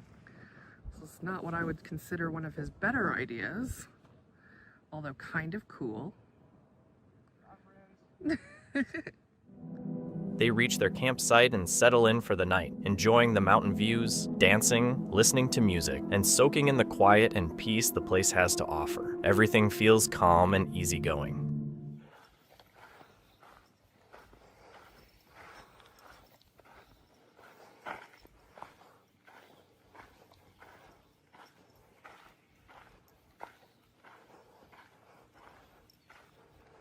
Oh wait, here it is again. I caught the tail end of it. Are they gonna walk past again? Yep, they just kept walking. Look at those shoes. Those are what? Yeah, those are black shoes. Those are sandals. For sandals? Yeah, and those are gray sweatpants. What are they doing? What are they doing? Are they kicking my tire? They're doing something. Dude, and I thought I heard something messing around outside. I did too. See, I don't like that because I heard stuff last night too, but I was like, I'm not gonna let myself get scared. We're not staying here tonight, guys. Of course not. Absolutely not. That's 6. They all of a sudden, there they are. They go across rapidly in slides. And those pants are oversized. Yeah. So at first I thought, okay, maybe that's Riley right there because those aren't cuffed at the bottom. Yeah. Okay? Right? But then they go past again. Okay? That's at 9:41. Riley was already in. And then they come over and start kicking at my van. That definitely wasn't me. No, you're not over here playing. That's not you. That's not any of us. No. Wait, was that another set of legs? See, this has a cuff on the bottom. The other one didn't have a cuff. Yo, it was multiple people. That's 2 people. I have cuffs on. Yeah, them. this has cuff. The other one was loose. And like, these are not my pants. Because my pants have a design. I don't have a single pair of so pants you that would have cuffs. see the design in the pants because I've worn these in front of the camera before. But the next morning, the peace is broken. After hearing strange noises during the night, they check their trail cameras and find something disturbing. The footage shows 2 unknown people sneaking through their campsite in the middle of the night, circling the vans, and even kicking the tires. No one in the group had seen or heard them at the time, and there was no confrontation. Still, just knowing strangers were hanging around their vehicles while they slept was enough. After breakfast, they all agreed it wasn't worth the risk, so they packed up and left right away, deciding not to stay another night. The next video comes from Exploring with Tom, a UK-based YouTube channel that focuses on urban exploration and paranormal investigations. Tom and his team often explore abandoned buildings, haunted spots, and forgotten places, usually at night, capturing strange noises, eerie encounters, and unexplainable events. On February 15th, 2022, they returned to the ruins of Ridgely Hospital. Right away, the atmosphere felt wrong. Muffled bangs echoed in the distance. Dragging sounds came from somewhere deep inside, and a heavy tension seemed to fill the building. 2 meters apart. Okay, Alfie? Yeah, I'm sorry, mate. the worst thing for you. Doing a photo shoot in. I can't even speak. A photo shoot in the attic. Oh no, don't. This is what we do. This is us exploring. No limit shooting. They always do that. Did you hear that? That was a massive. That was a bang behind you. Was it? What was that? That was Yeah, downstairs. told you. Hey, stay calm. What was that? Nah, Elliot. That wasn't the door. It was either the door shutting or it was below us. You hear that voice? I heard a voice then. You? Yeah. Well, you're at the back. You're going first. You, Elliot. You okay? That was loud. Alright, just stay calm. It's fine. There was two at the Keep same walking. time. The two big bangs in that voice. Yeah. So let's get out. Go on. Let's get out of here. Well, I'm going first. No, I will. He's at the back. He's like. I hear the voice.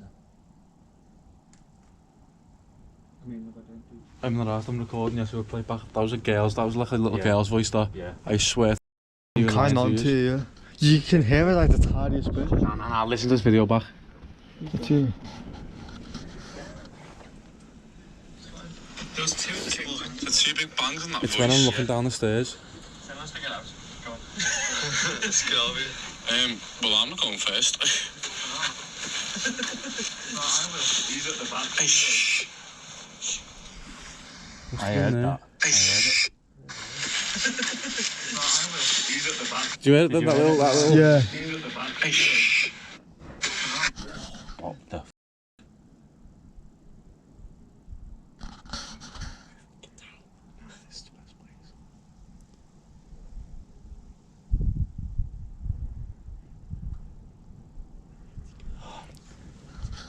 We need to get down. But it's Bounce happened, him off to you, lad. it's happened twice now anyway. That's 3 times. There's something here. Or someone. I'm sitting myself now, you know.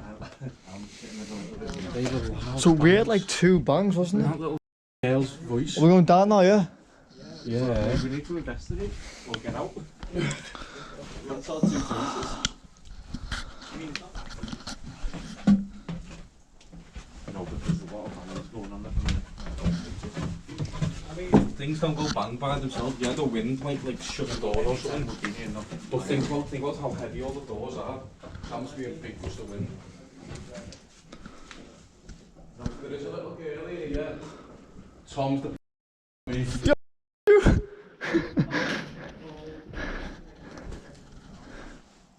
Oh wait, Danny, just be careful in a minute, mate. The floor's a bit less powerful.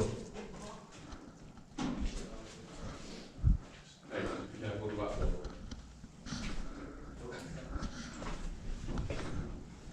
I don't know what that could have been. As they made their way into the attic, loud bangs started echoing from below, putting the whole team on edge. Later, while going over one of their recordings, they picked up something that sounded disturbingly like a voice. Too far. Hey, there's no wind here, all the windows are pretty much intact. This is a decent area. I was ours, mate. I'm recording as well, so... What's up? There's a breeze in the doorway. Right, let's call out then. Yeah, I reckon it's a good place. I'll set the camera up on there again. We'll have a similar angle of us. Holy. Wait. That was this way. That was a bang. That was down here, wasn't it? That was a door. That was a bang. Hello? Last time we did Oh, that. shh.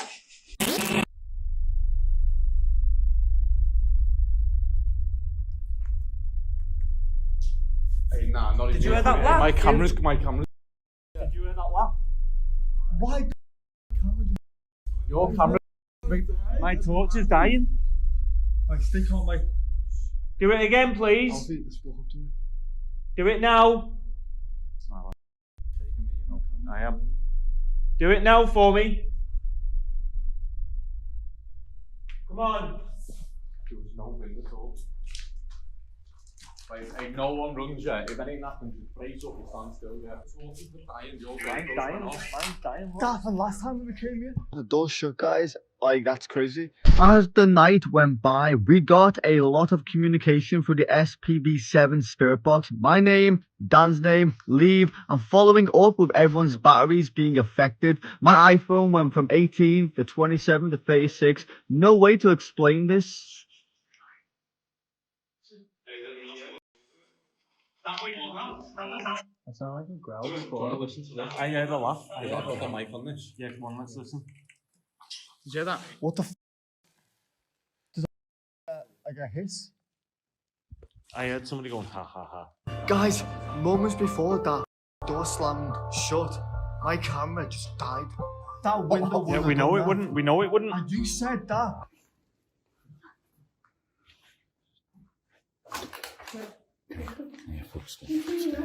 Hey, yo, that was mad. I'm not even asked. That was mad. I'm recording that on my phone. My camera's moved before.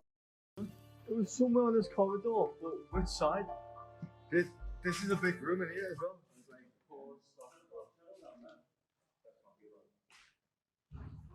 Again?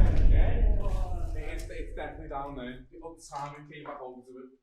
And there's no doors. And it's only done it when we've actually came up to it.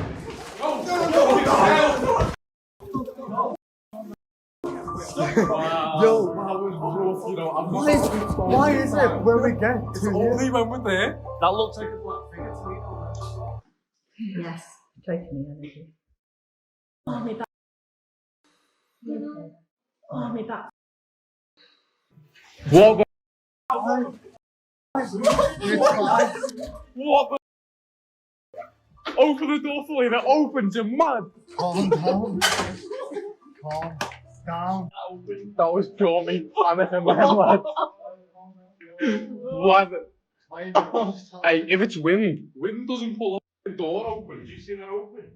The activity quickly escalated. Another loud bang, this one much closer, sent panic through the group. Then, without warning, Tom's camera shut off completely. A friend's flashlight died too. The same thing that had happened during their last visit here. Switching to his phone, Tom kept filming as they pushed on. The noises grew louder, closer, and when they called out for a door in front of them to open, it suddenly did. That was enough. The group bolted, clearly shaken. Watching the footage back, with all the strange and unexplained activity caught on camera, it's not hard to see why they ran. In my view, there's little doubt something was in that hospital with them, most likely something paranormal, and leaving when they did was absolutely the right call.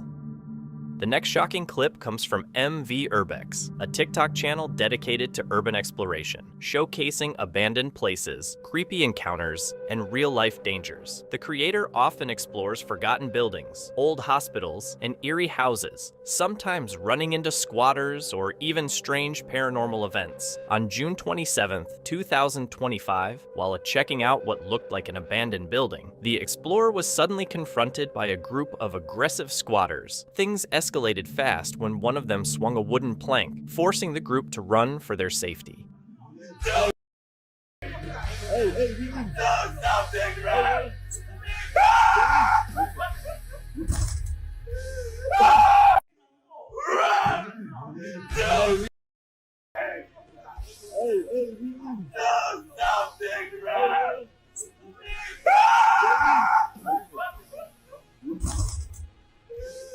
Thankfully, everyone made it out without injury. Still, it was a terrifying experience. For any urban explorer, being chased inside an abandoned building is one of the worst fears, and this clip feels raw and real. It's clearly not staged. It shows perfectly how a place that looks abandoned might not be. Someone else could be living there, and you never know what their intentions are. Most likely, this was just squatters being territorial, trying to send a clear message, don't return. But no matter the reason, it was a disturbing and dangerous encounter.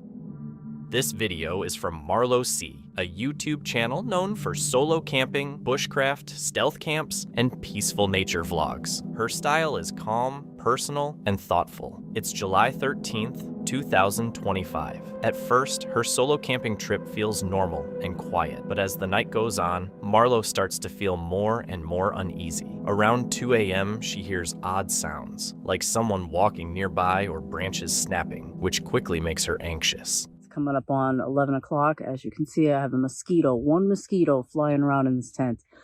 I'm going to get him. So anyways, I am going to get some sleep. Hopefully, as soon as I get this mosquito, I'll see you in the morning. Good night, guys.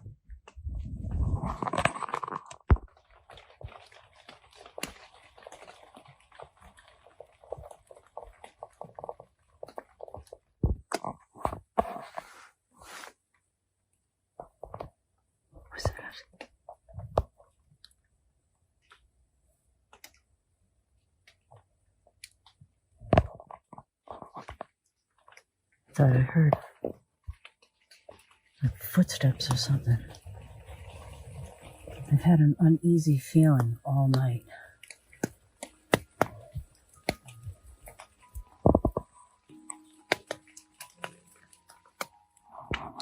Hello?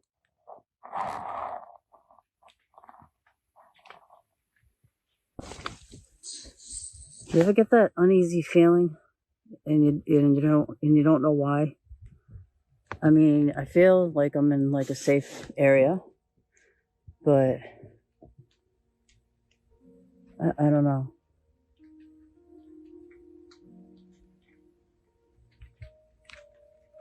I don't know, maybe we should just take a walk or something and check it out. I've never bailed on a camp. I mean, it's crossing my mind, but I've never bailed on a camp, whether it was a regular camp, a stealth camp, or a wild camp, so.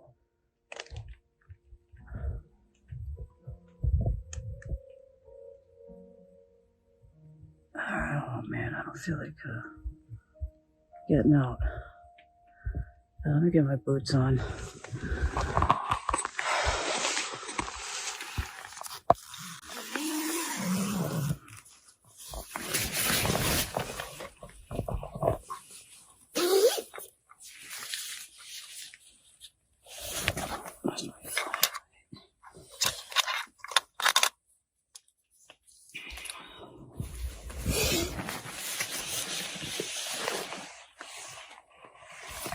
Oops, I got on stroll. How do I get that off there?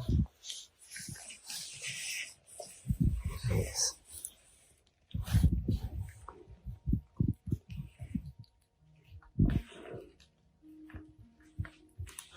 Let's take a walk.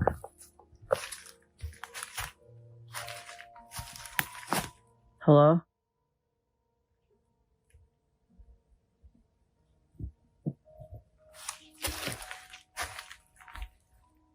Around 2 a.m., she wakes up to the clear sound of footsteps, like someone moving around outside her tent. What makes it worse is that she'd already been feeling uneasy that night, like someone was watching her. Now she's sure she's not alone out there.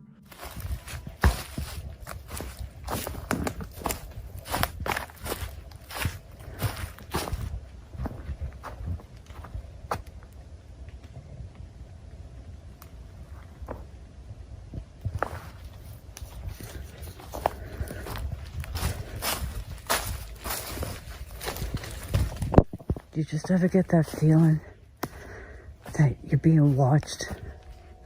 And I don't mean by like, you know, animals or wildlife or anything like that, but you just get that eerie feeling.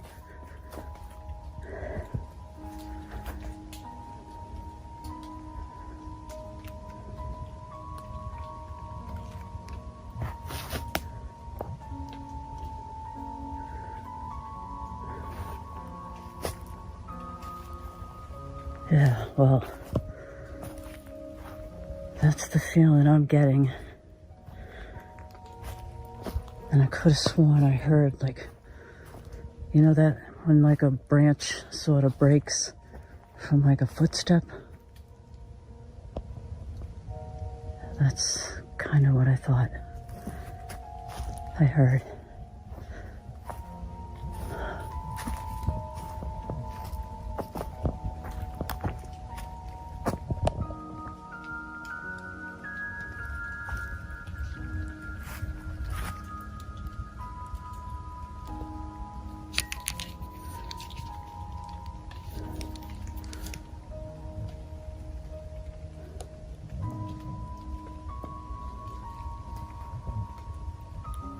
Yeah, my heart's racing and everything.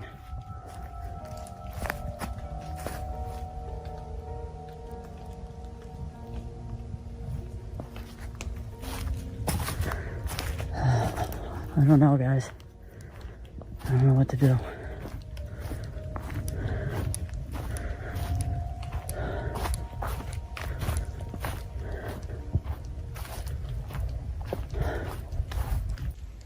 Yeah,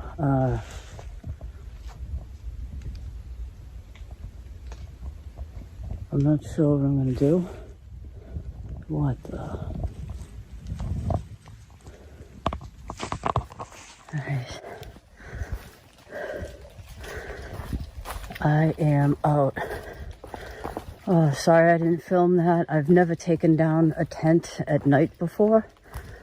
You know, I've never ever taken down a tent at night before, and it is not fun, especially a wet one. And oh boy. Yeah, I don't know, you know. I've never bailed a camp. Sorry, I'm just like wiping my face. I've never bailed a camp, but I've just got that like negative energy feel or vibe or whatever it is, and I could have sworn I heard like a crunch of a footstep, or it's just eye shine from an animal right back there. But yeah, so I'm just gonna see you back when I get to my car.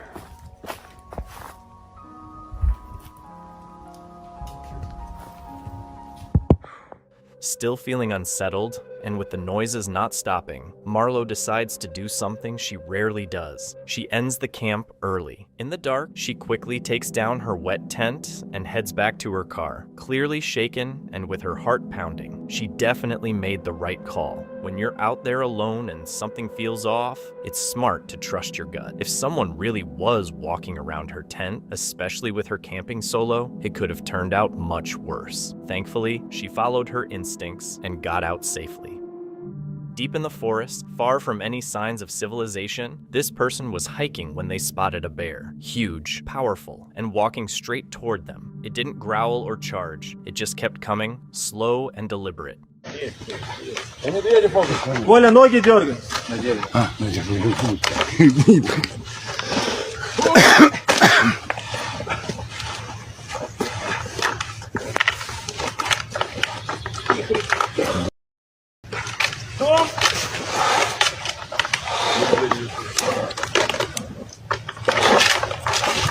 They didn't stick around to find out. They scrambled up the nearest tree as fast as they could, but the bear followed, even starting to climb, until it suddenly slipped and fell to the ground. What might have happened if they hadn't reacted so quickly? Was the bear trying to attack, or just being curious in its own wild way? No one really knows.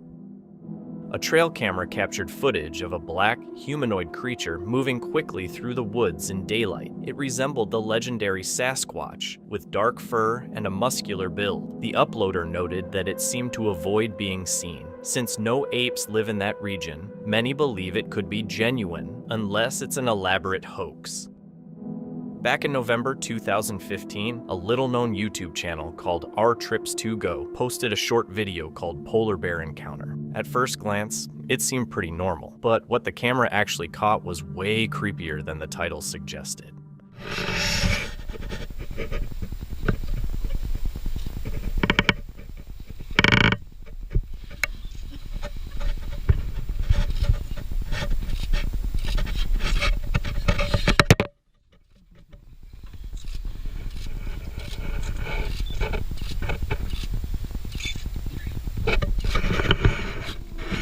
The guy filming was just heading toward a cabin in what should have been a quiet, remote campsite when a strange noise started coming from under the steps. At first, he shrugged it off, thinking it was some distant animal. But then he looked down, and there it was. Not just any animal, a bear. As it slowly crept closer, his fear grew. In a terrifying moment, the bear reached out its paw like it were trying to grab him. Then, just as suddenly, it vanished, maybe circling around for another attack. Before anything else could happen, the video cuts to black, leaving all the questions hanging. How did the bear find him at the cabin? Did it come closer, attack, or just disappear into the wilderness, leaving only the eerie silence behind? Jake's recent trip into the forests of eastern Washington turned out to be far from ordinary, testing his nerves in a way no gear review could. The trip started like any other. He arrived at a beautiful, secluded spot, excited to try out some new electric camping gear. How's it going? Today we got a special treat for you over here in eastern Washington. Today I'll be trying something a little different. This will be like an all-electric type of camp. He greeted his viewers with a smile, sharing his plan for an eco-friendly campout as he swept the camera across the sunny, open forest clearing. This electric cooler to test. Says it's 3 degrees. Yeah. We got a solar panel. This is the battery. I'll open this all up and show you in a bit. But yeah, here's camp. Nice and open. Big trees. Jake set up his camera, solar panels, cooler, and big tent, making a cozy base. The day started calmly, with only a brief comment about a noise in the bushes, easy to ignore in daylight. But as evening fell, shadows lengthened, the forest grew quiet, and the noises returned, closer and more distinct. Feeling watched, Jake grabbed his audio recorder to catch whatever was lurking just beyond the firelight. I set record on my audio recorder. I am hearing some... As a plane was flying overhead, that was not me. There was, sounded like maybe a branch falling out of a tree, and then as that fell out of the tree, something bigger hit on the ground into bed. I'm gonna restart the recorder, so anything that happens now. Suddenly, a loud series of sounds broke the night. A branch snapped, followed by something heavy hitting the ground, like a big object had been knocked over. Shaken, he made it clear it wasn't him and retreated into his tent, turning the recorder back on to catch anything while he slept. Over the night, the recorder picked up strange noises, sometimes sounding like an owl, other times almost like a person's voice, happening repeatedly.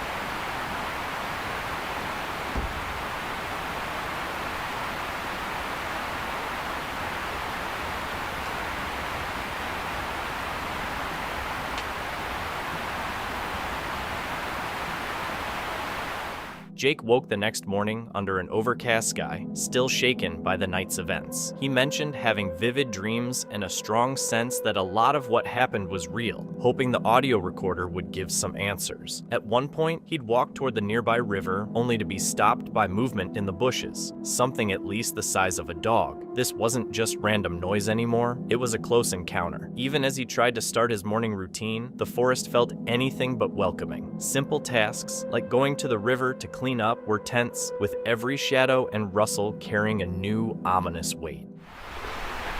I was really struggling. First off, I'm a night owl, so trying to readjust to the day is difficult at times when I don't get the right amount of sleep. I kind of come out here to reset.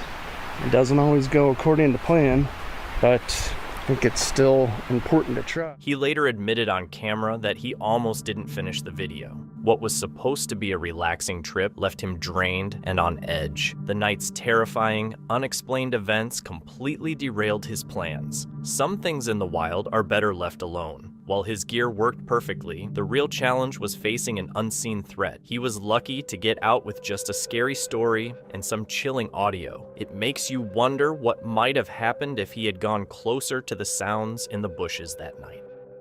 While walking through the forest, this man spotted some strange movement on the ground. Wow. Wait. Do it there. They move. So weird. Isn't it? Isn't that crazy?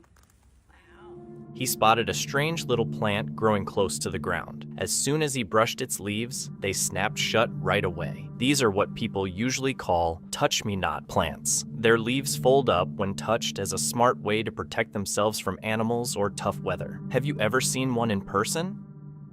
Jorge is the creator of the popular TikTok page Magical Poltergeist, where he's been sharing the unsettling events happening in his family's home. Alongside his wife and kids, he's been dealing with relentless paranormal activity, unseen forces that just won't leave them alone.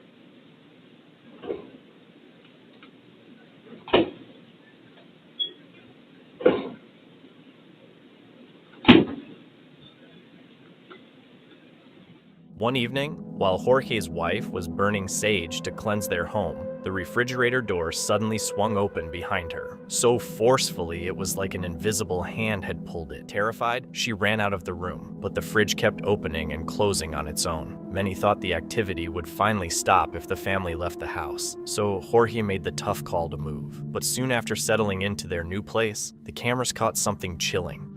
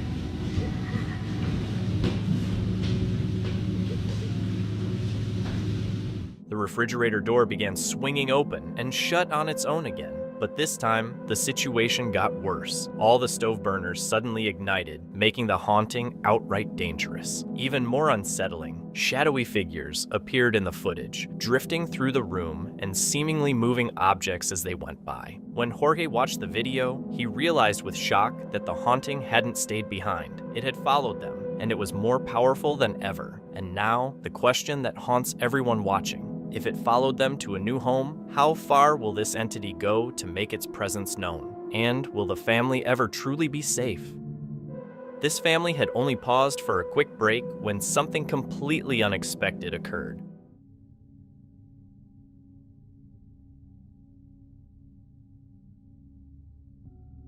Suddenly, the ground under their car collapsed, and the vehicle was instantly swallowed by a sinkhole. Luckily, no one was inside when it happened. On April 22, 2025, Cursed Urban's Randonautica video starts as a normal nighttime exploration, but quickly takes a darker turn. He heads alone into a remote forest, using the app to generate coordinates based on his mental focus. His first intent is harmless, but the next 2 nights make him question whether he's being watched. Early on, he hears faint rustling in the trees, which he dismisses as animals. Following the generated point, he reaches a quiet campground and finds a large, weathered stone wolf statue partially hidden behind a tree. Its lifelike eyes catch his flashlight beam, giving him a scare he admits was more intense than it should have been. People over there definitely out camping, definitely having a good time. That's cool. That's cool though. That's awesome. Wish I was camping right now. Don't worry, camping videos coming soon. Oh, what? Dude. Yo. That literally scared the crap out of, dude, I'm almost embarrassed by that. That scared the crap out of me. Look at what's back here. Look at this. It's the wolf statue of some sort. Why is this here, dude? Like, oh, man, dude, that like I said, I'm ashamed to admit that. I like looked over here, and from how was I standing? I was like standing like this, and all I saw was like the wolf's eyes peeking over the tree branch, and it was like, I was like, what is that, dude? Like, oh man, yeah, I'm kind of embarrassed to admit that, but okay, what is this doing here? That's really, really odd. Yeah, it's like a... He sets a second intention and begins confidently, but then spots something new at a picnic table that wasn't there before. It's a small sign covered in strange, cryptic characters, unreadable and seemingly meant for him. The back has another confusing message in red ink. Whoever put it there must have done so while he was away, hinting that someone is watching him live. We'll just head back to the car and set another... Dude, what is... Okay, alright. I'm not tripping, am I? There's no way I am...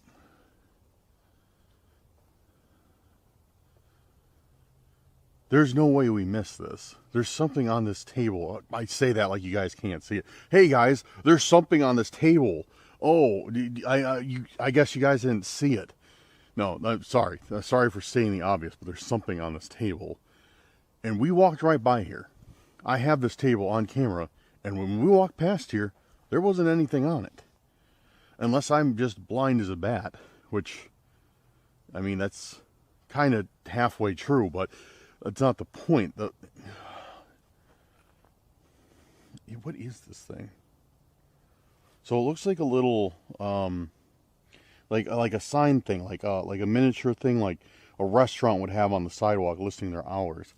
But it's had some, I don't even know what this is. FVB DPSS ZVVU ILSU or VUN Q? A or Q? I don't know. VBZ. Give you guys a look. Maybe one of you guys have some idea what that could possibly mean. Pause it if you need more time to read it. Let me know in the comments if you have any idea what that means. That doesn't make any sense. Dude, I'm not even joking, man. Like, we just went by here, and there was nothing here.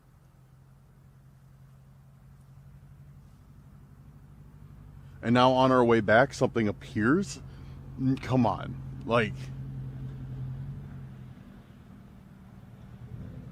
Why's that dude slowing down? That's weird. Yeah, how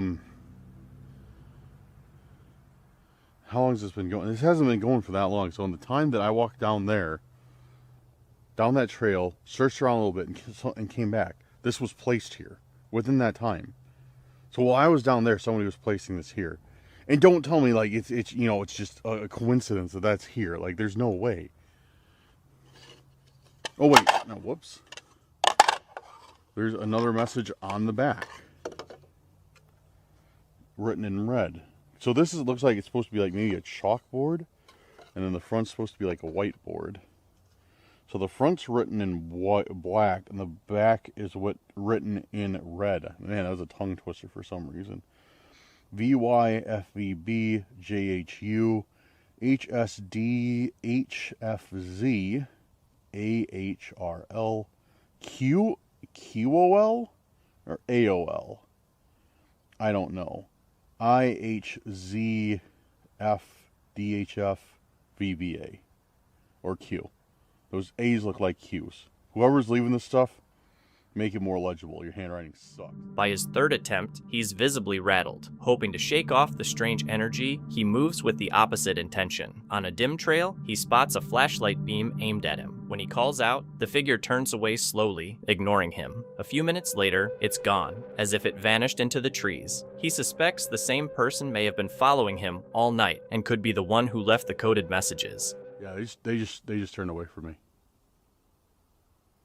Okay. Alright, dude. What is it? Okay. What's that about? Alright, I'm gonna leave. That's not it's like not a normal reaction. Because at first, like, it's getting late, and I don't know exactly what time it is, but I know it's getting, like, towards the time that this place closes. So I was like, okay, maybe, you know, like a park ranger saw my light and, you know, come and say, like, hey, you know, get out of here. But usually that's not the case, because they just drive by on their trucks and, like, yell in the speaker, like, hey, everybody leave, you're getting locked in. Well, it's usually a little bit more polite than that. But no, that was definitely somebody with a flashlight staring at me. And then I saw them, like, it was weird. I saw them slowly just turn away. Like, they weren't trying to be, like, subtle about it or anything like that. Like, they just... Like, they just slowly turned away like they didn't care. That's weird, dude. That is, and then when I called out, I was like, hello. Like, no response. It wasn't that far. It's like where the trail started. You guys have seen, I've been walking down. I haven't even walked far down this trail. It took me like 30 seconds, 1 minute to get where I was. So it's not even far. And they were definitely right where the trail started. Yeah, they were like right here. This is literally right where they were. Right here. Hello? Yeah, no one.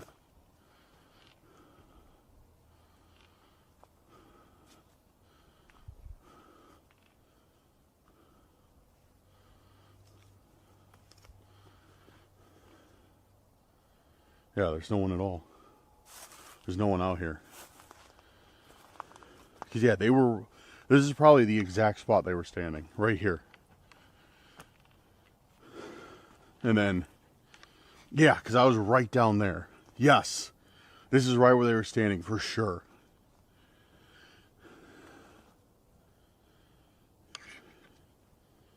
Because I was, like, straight down there. Like, right there where you see the laser pointer. That's where I was. So, it's not like they didn't hear me call out. Because any normal person would like be like, oh, good evening, or, oh, hey, how you doing, or whatever.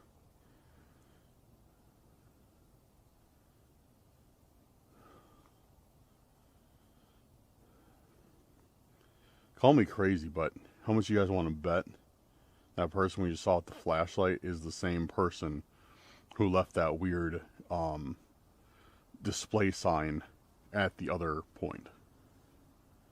How much you want to bet?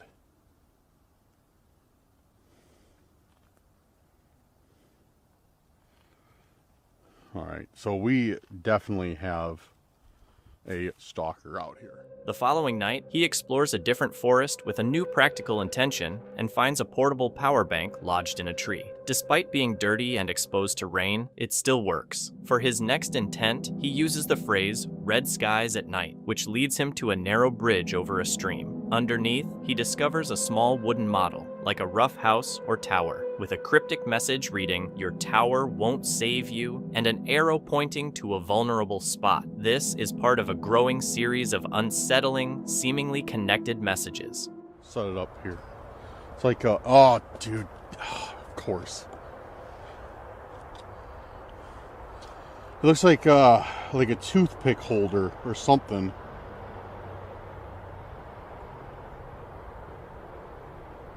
What's it say on there?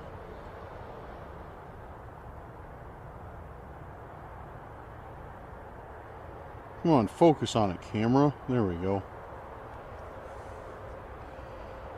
Valdivia, Chile. And here, once again, dude, we've been dealing with this. Sorry, I was trying to adjust the aperture and video. So, those of you who may be new here, for some reason, dude, I've been getting a bunch of like houses and stuff like that with these arrows pointing to windows and like cryptic messages on it. I don't understand why, but here's another one. Oh, it's got something written on it too. Your tower won't save you. Your tower won't save you, and it's got an arrow. What does that mean? What tower do I have that I would think would save me anyways? That doesn't make any sense at all. This is the stupidest intent I've ever. On his way back to the car, he sets a final intention. "What do you want from me?" This brings him to a partially cleared spot by a stream, where he finds another small wooden boat, the third he's come across during his Randonautica trips. It bears a disturbing message: first to jump, last to drown, with the number 7 carved on top. He doesn't understand their meaning, but the repeated appearance of these handmade boats and their ominous inscriptions suggests someone is leaving these signs and seems to know where he's going. Next, what's this? That's just a piece of, oh, it's just a leaf. It's another one of those boats, dude. This is the third one I've gotten. I keep getting these. Yeah, I keep getting these boats. I'm getting back to the main trail before we look at this thing, just because I don't like being like isolated while distracted looking at intents. So I'm gonna get back to the main trail, and actually I'm gonna start heading back towards my car. We'll take a look at this. But yeah, dude, this is another one of those boats. I got 2 of these so far. It's these little wooden boats, little wooden boat models, and they keep having things written on them. And I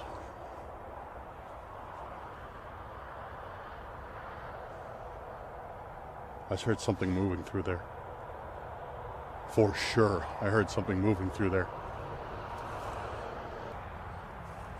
All right, anyways. Yeah, so it's these weird boats, like I was saying. I was gonna start walking this way, and then yeah, I'll show you guys. So here, let me shut this light off.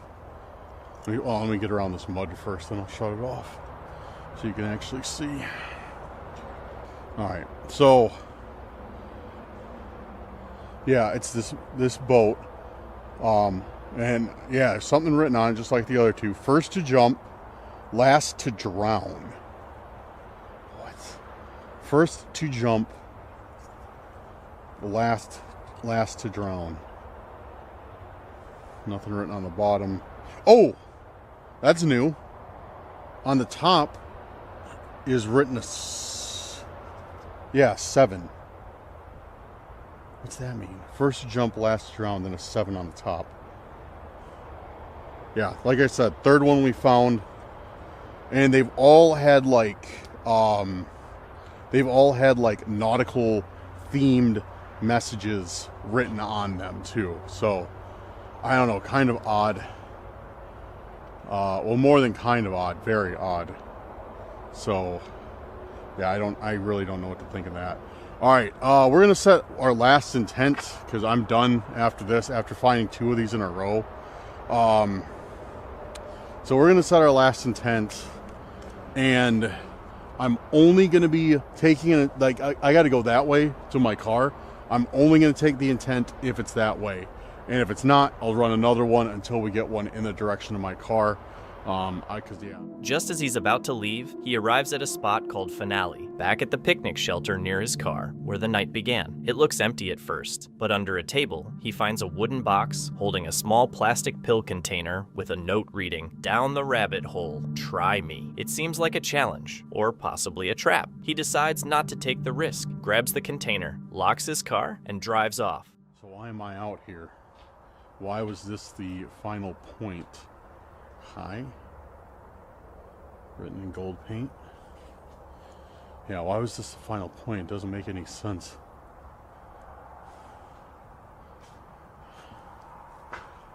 I don't think I missed anything, right?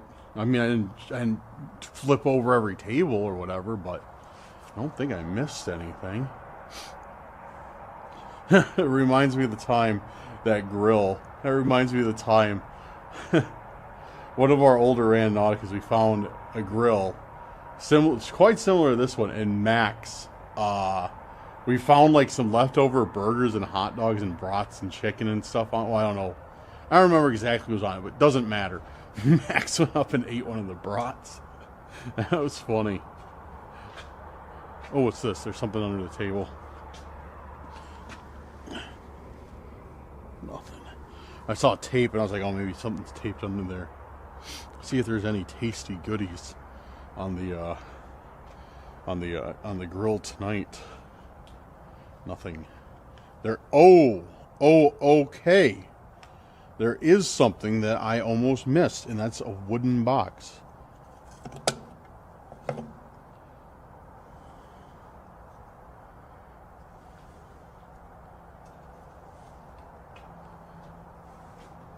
bring it here to the light. Yeah, wooden box. Definitely opens. I'm sure I bet we're going to find something inside.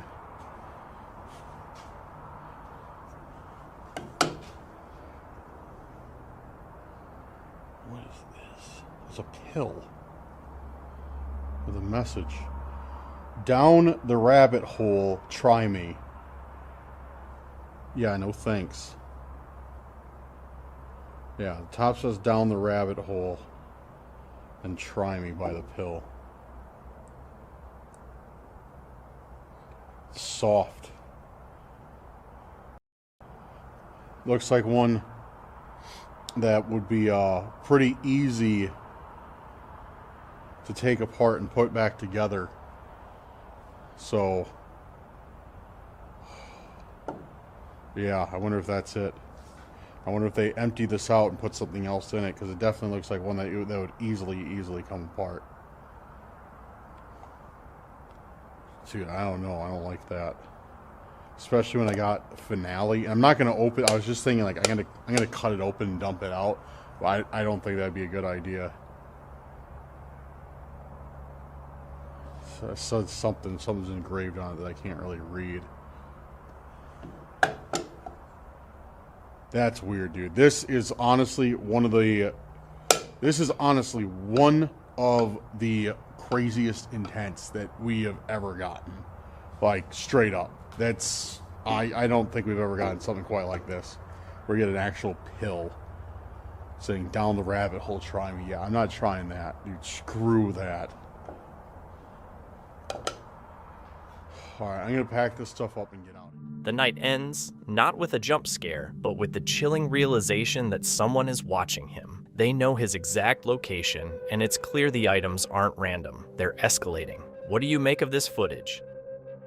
Urban Ghosts, a popular YouTube channel, recently went on a camping trip in a haunted forest. They took a less traveled path, hoping to find something unusual. During their exploration, they recorded several strange EVPs, which are sounds believed to come from ghosts. But the most striking moment came when the team caught this on camera. Now then it said, hi, Patty. Dude.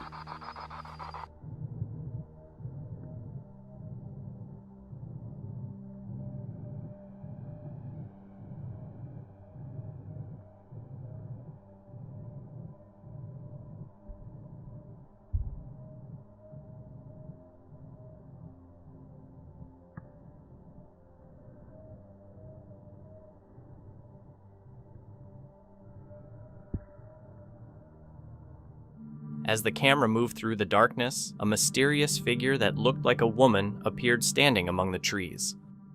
In Royal, Pennsylvania, a trail cam caught something unusual running through the backwoods on a remote mountain.